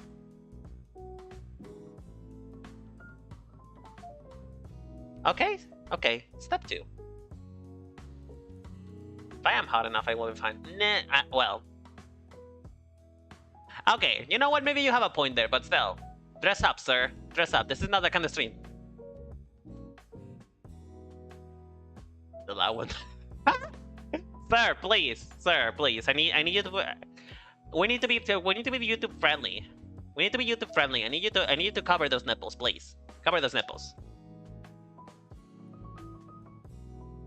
And think about how much pain you're going to inflict on Baba when she serves the phrase. No plotting, no curses, no hexes, nothing.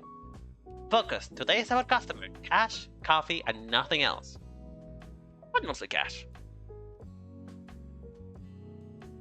Did the bedroom behind, hurry down the corridor towards the kitchen, and snapping life into the closed curtains and air conditioner with my fingers as I go.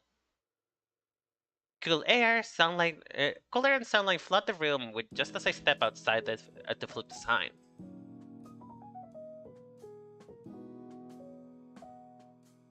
With the sign of the cafe set to open, I pause briefly to place a kind hand on the warm cafe wall to take in the crisp briny morning.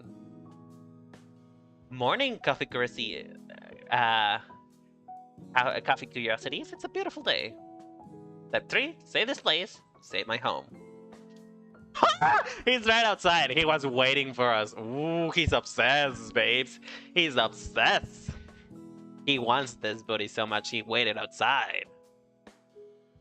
Well, hello, Mikali. Tell me because I'm dying to know. Do the breaks ever talk back? Man. You really know no fun, huh? You really grew up in stupid milk. Really. You cannot take any rhetorics. You don't know how to enjoy life. All you need to do is be miserable about your life, huh? But don't worry about it. We're gonna switch your whole world when I make you fall in love with me. I turned to see him grinning mischievously and clearly in a better mood than I expected today. The first skin peeking about his t-shirt is already glistening a little from the topic of morning kid. Oh, come on! Hold on! Hold the phone! You're so angry at him! You're staring! You're staring at his collarbone, ma'am! Man! The writing's in the wall! The calendar is coming from inside the building, honey! You cannot say you hate him after you're looking so desperately and so in detail. You look... Oh! See? See? Sorry. Perdón. See? See what I'm saying? See what I'm saying right here? See? See? You don't lie to me, sir. I see through you, game. I see through you. I see what you're going for. I see what you're about, girl. I see what you're about. Don't say cute. Don't say cute. Don't say cute. Buddy. Oh my gosh, I just reading between the lines. I can see the love. Do you like some... Oh! He's not even trying to hide it. He's not even trying to hide it. He's just plain honest. Oh, I'm loving this. I'm living for this. Do you like Sweaty?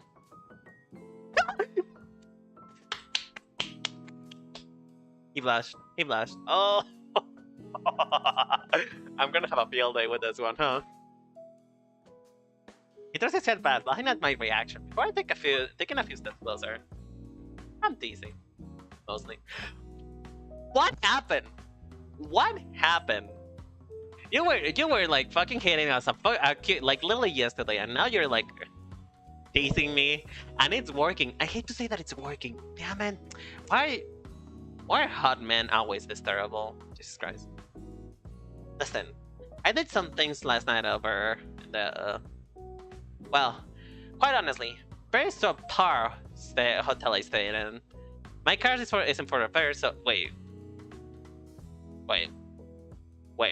Hold on. Hold the phone right there. Hold the phone. Oh, okay. No, I misread. I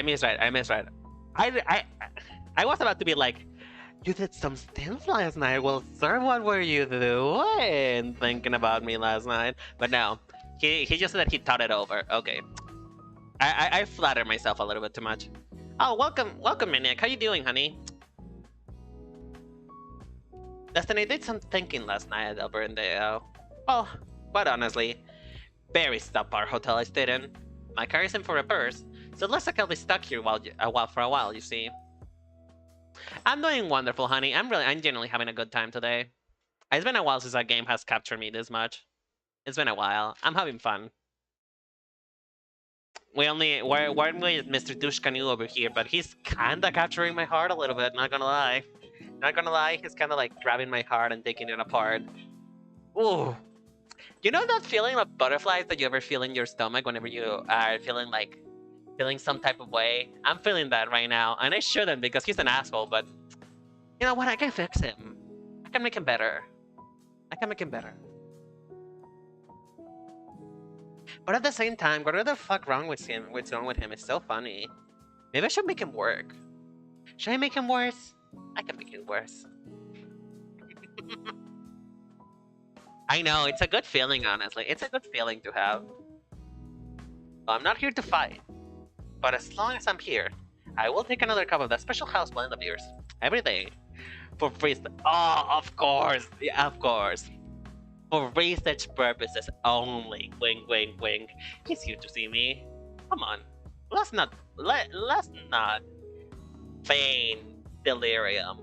You're here to see me. For science, yes, of course, for science. He's here to see me. Don't feign delirium. The image of the dusty old pipes of Legends in Baba's secret room flashes up in my mind. The writing scrolling across the players with the serious blanking every number. Suddenly I'm feeling very amenable to keeping me calm around as much as possible. For chemistry. That's a good way to put it, honestly. You'll never figure out the recipe for that blend. But you spend 20 gold a day at least, for as long as you're here, and maybe I'll agree to let you in on the secret. A slow smile expressed across his face. Fine. Well, come in then. You're darkening my doors. Oh, why do I love this? Why am I still here for this already? Look at that chemistry degree, man. Look at the atoms just sparkling up in the air, honey. They have chemistry, dude. They have chemistry. He actually laughs at that a little bit. Charming. Don't even get to say. I don't even get a hello. I said hospitality to customers. I actually like. Oh, shut up. Oh, shut up. You are dying to be in his arms. Shut up. Oh, shush. Shush you. At the end of the second grand pie-sized cup, Mikali composes himself, and then places his fingers together at the rest of his arms on the counter. It's possible. Wouldn't it kill you to exercise up humility for 2 seconds and just admit that it's the best coffee you ever tasted?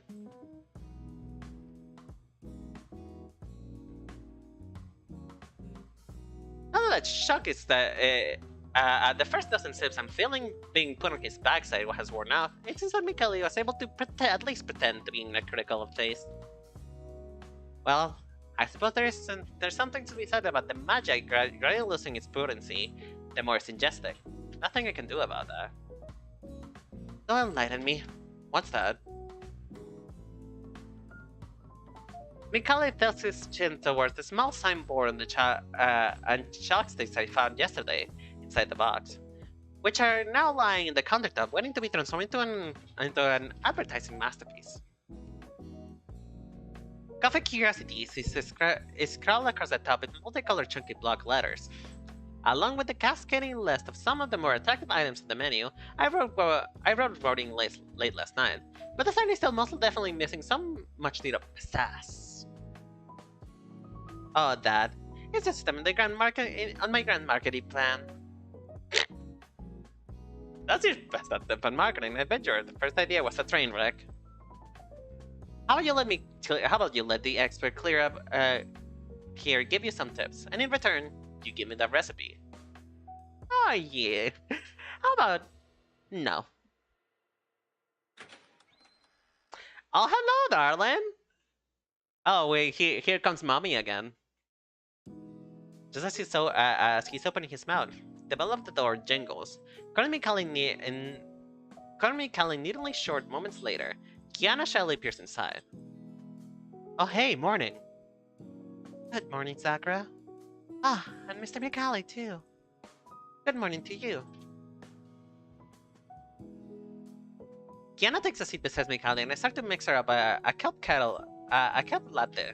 Like she spots the brain. Can I read?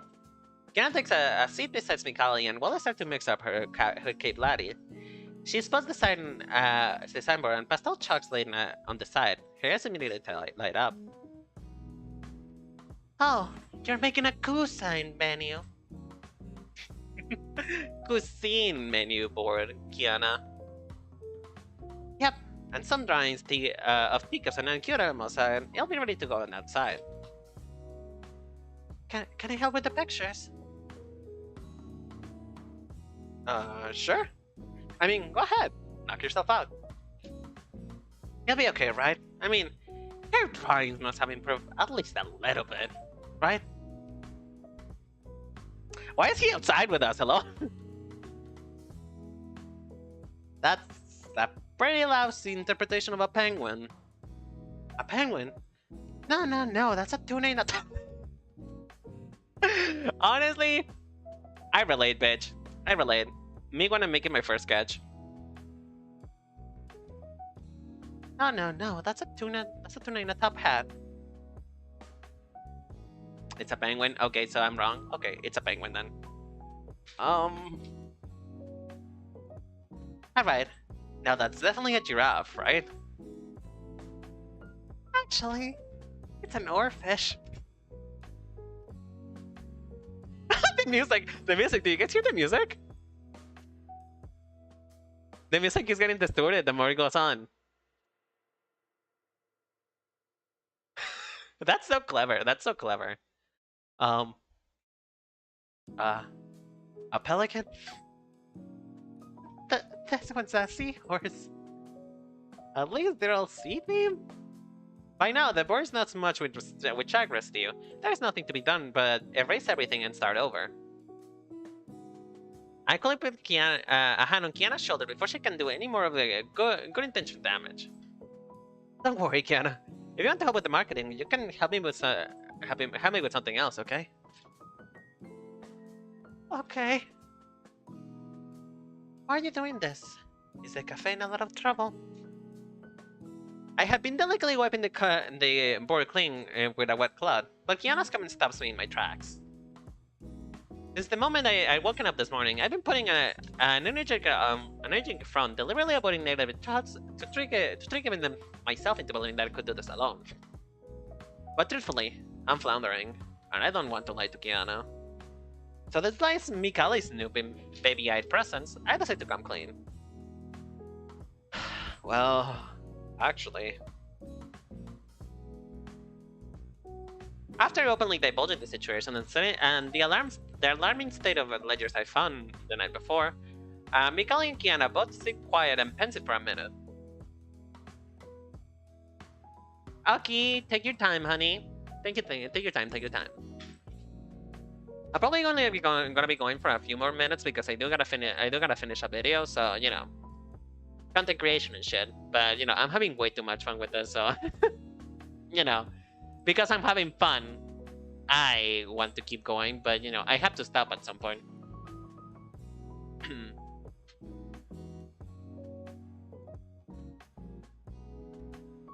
I wouldn't be so sure about that, honey, but you know what? I appreciate the vote of confidence. It is appreciated. Thank you very much. After openly divulging the situation, I already read this. Surprisingly, Mikali is the one to break the silence. Unsurprisingly, he goes straight back to the judgmental jabbing. Well.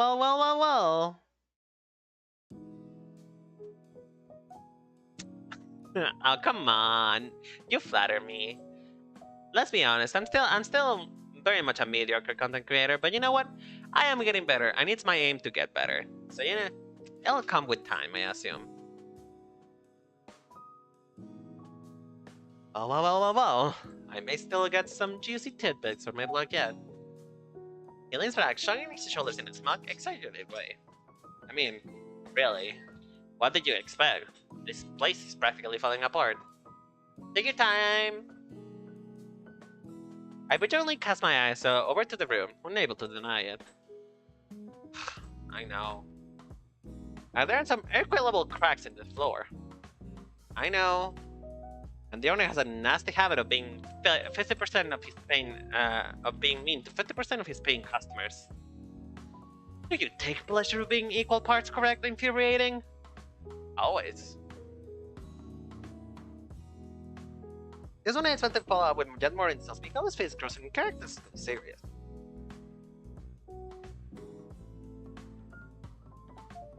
Look, just because your coffee is actually somewhat decent, I'll level with you.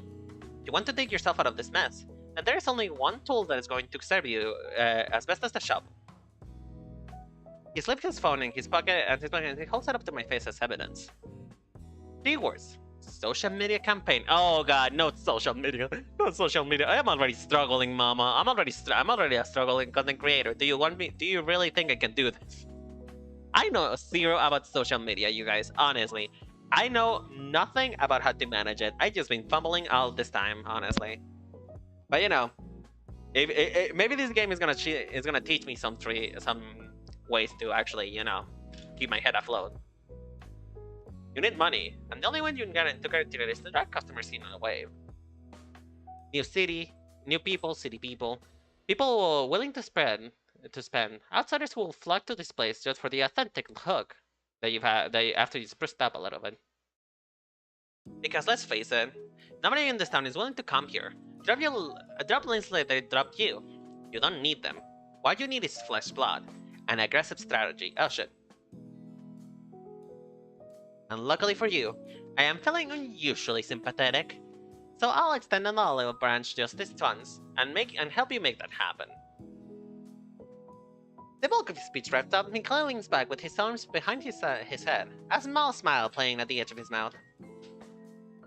And well, isn't like you stand a chance using this method without me. Look, looks like I'll have to agree to be your knight in shining armor just as once. Oh, come on. You're so like me. You're so like me. Well, see? I think you're wrong. Ooh!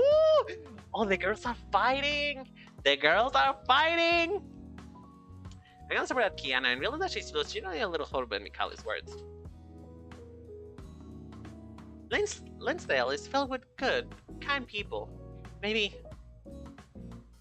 they stop coming to coffee curiosities because Sakura's grandmother didn't run the cafe very well. But they are really good. We shouldn't hold that against them. I'm sure they will come back if we try to, reach.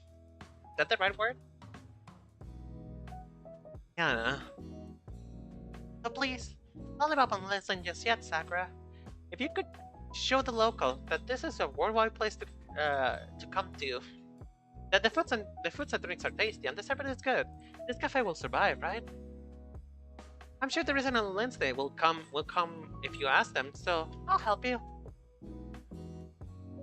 I mean, to be honest, why not both? Honestly, why not both? You can appear to both your old customer to get your old audience back, but you can also do new things to get a new audience.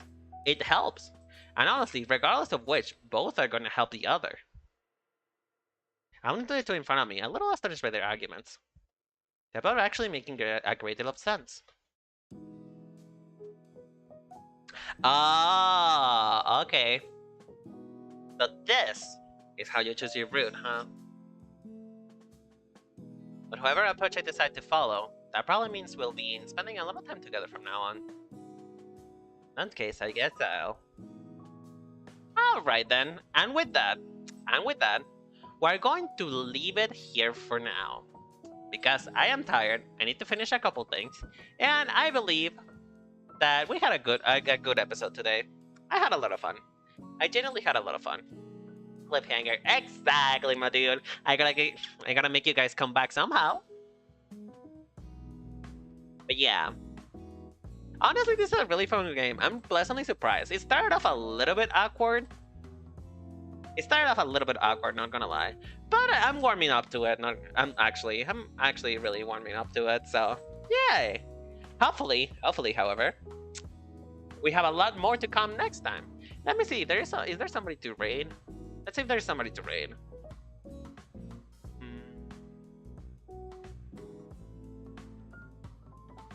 I know the chemistry just between the characters, like even the three of them. Honestly, I think like this will be like one game that I will be genuinely so into it having what's the name?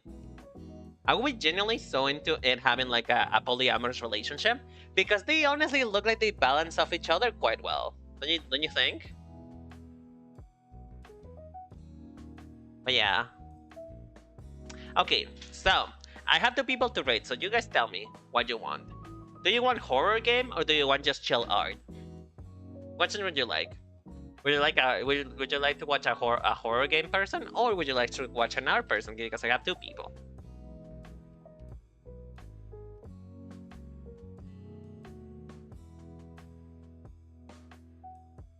Depending on your answers will be the raid.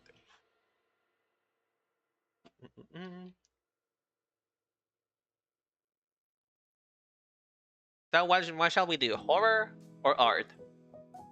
Because one of them is playing Resident Evil and the other one is just doing art stuff, so, you know. You let me know what you prefer.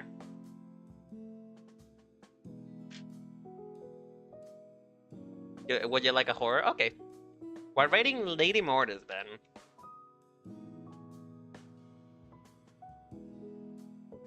We're rating our beloved Lady Mortis, you know. The Lady of Mort, if you will. Hold on, let me just mute the stream real quick. So yeah, she's currently playing Resident Evil 4. I think it's like the new one, so you know, if you guys want to watch her, go right ahead. I also leave for the people in YouTube, I'll leave you a link because we're doing a cross-platform raid. So yeah, please guys, make sure to follow her, give her a like, let her know that we appreciate her, and I'll see you guys tomorrow for the final episode of Spiritfarer. So yeah. I love you guys, and see you next time. Take care, and remember that the Cherry Bomb Blossom Boutique welcomes you. Bye-bye.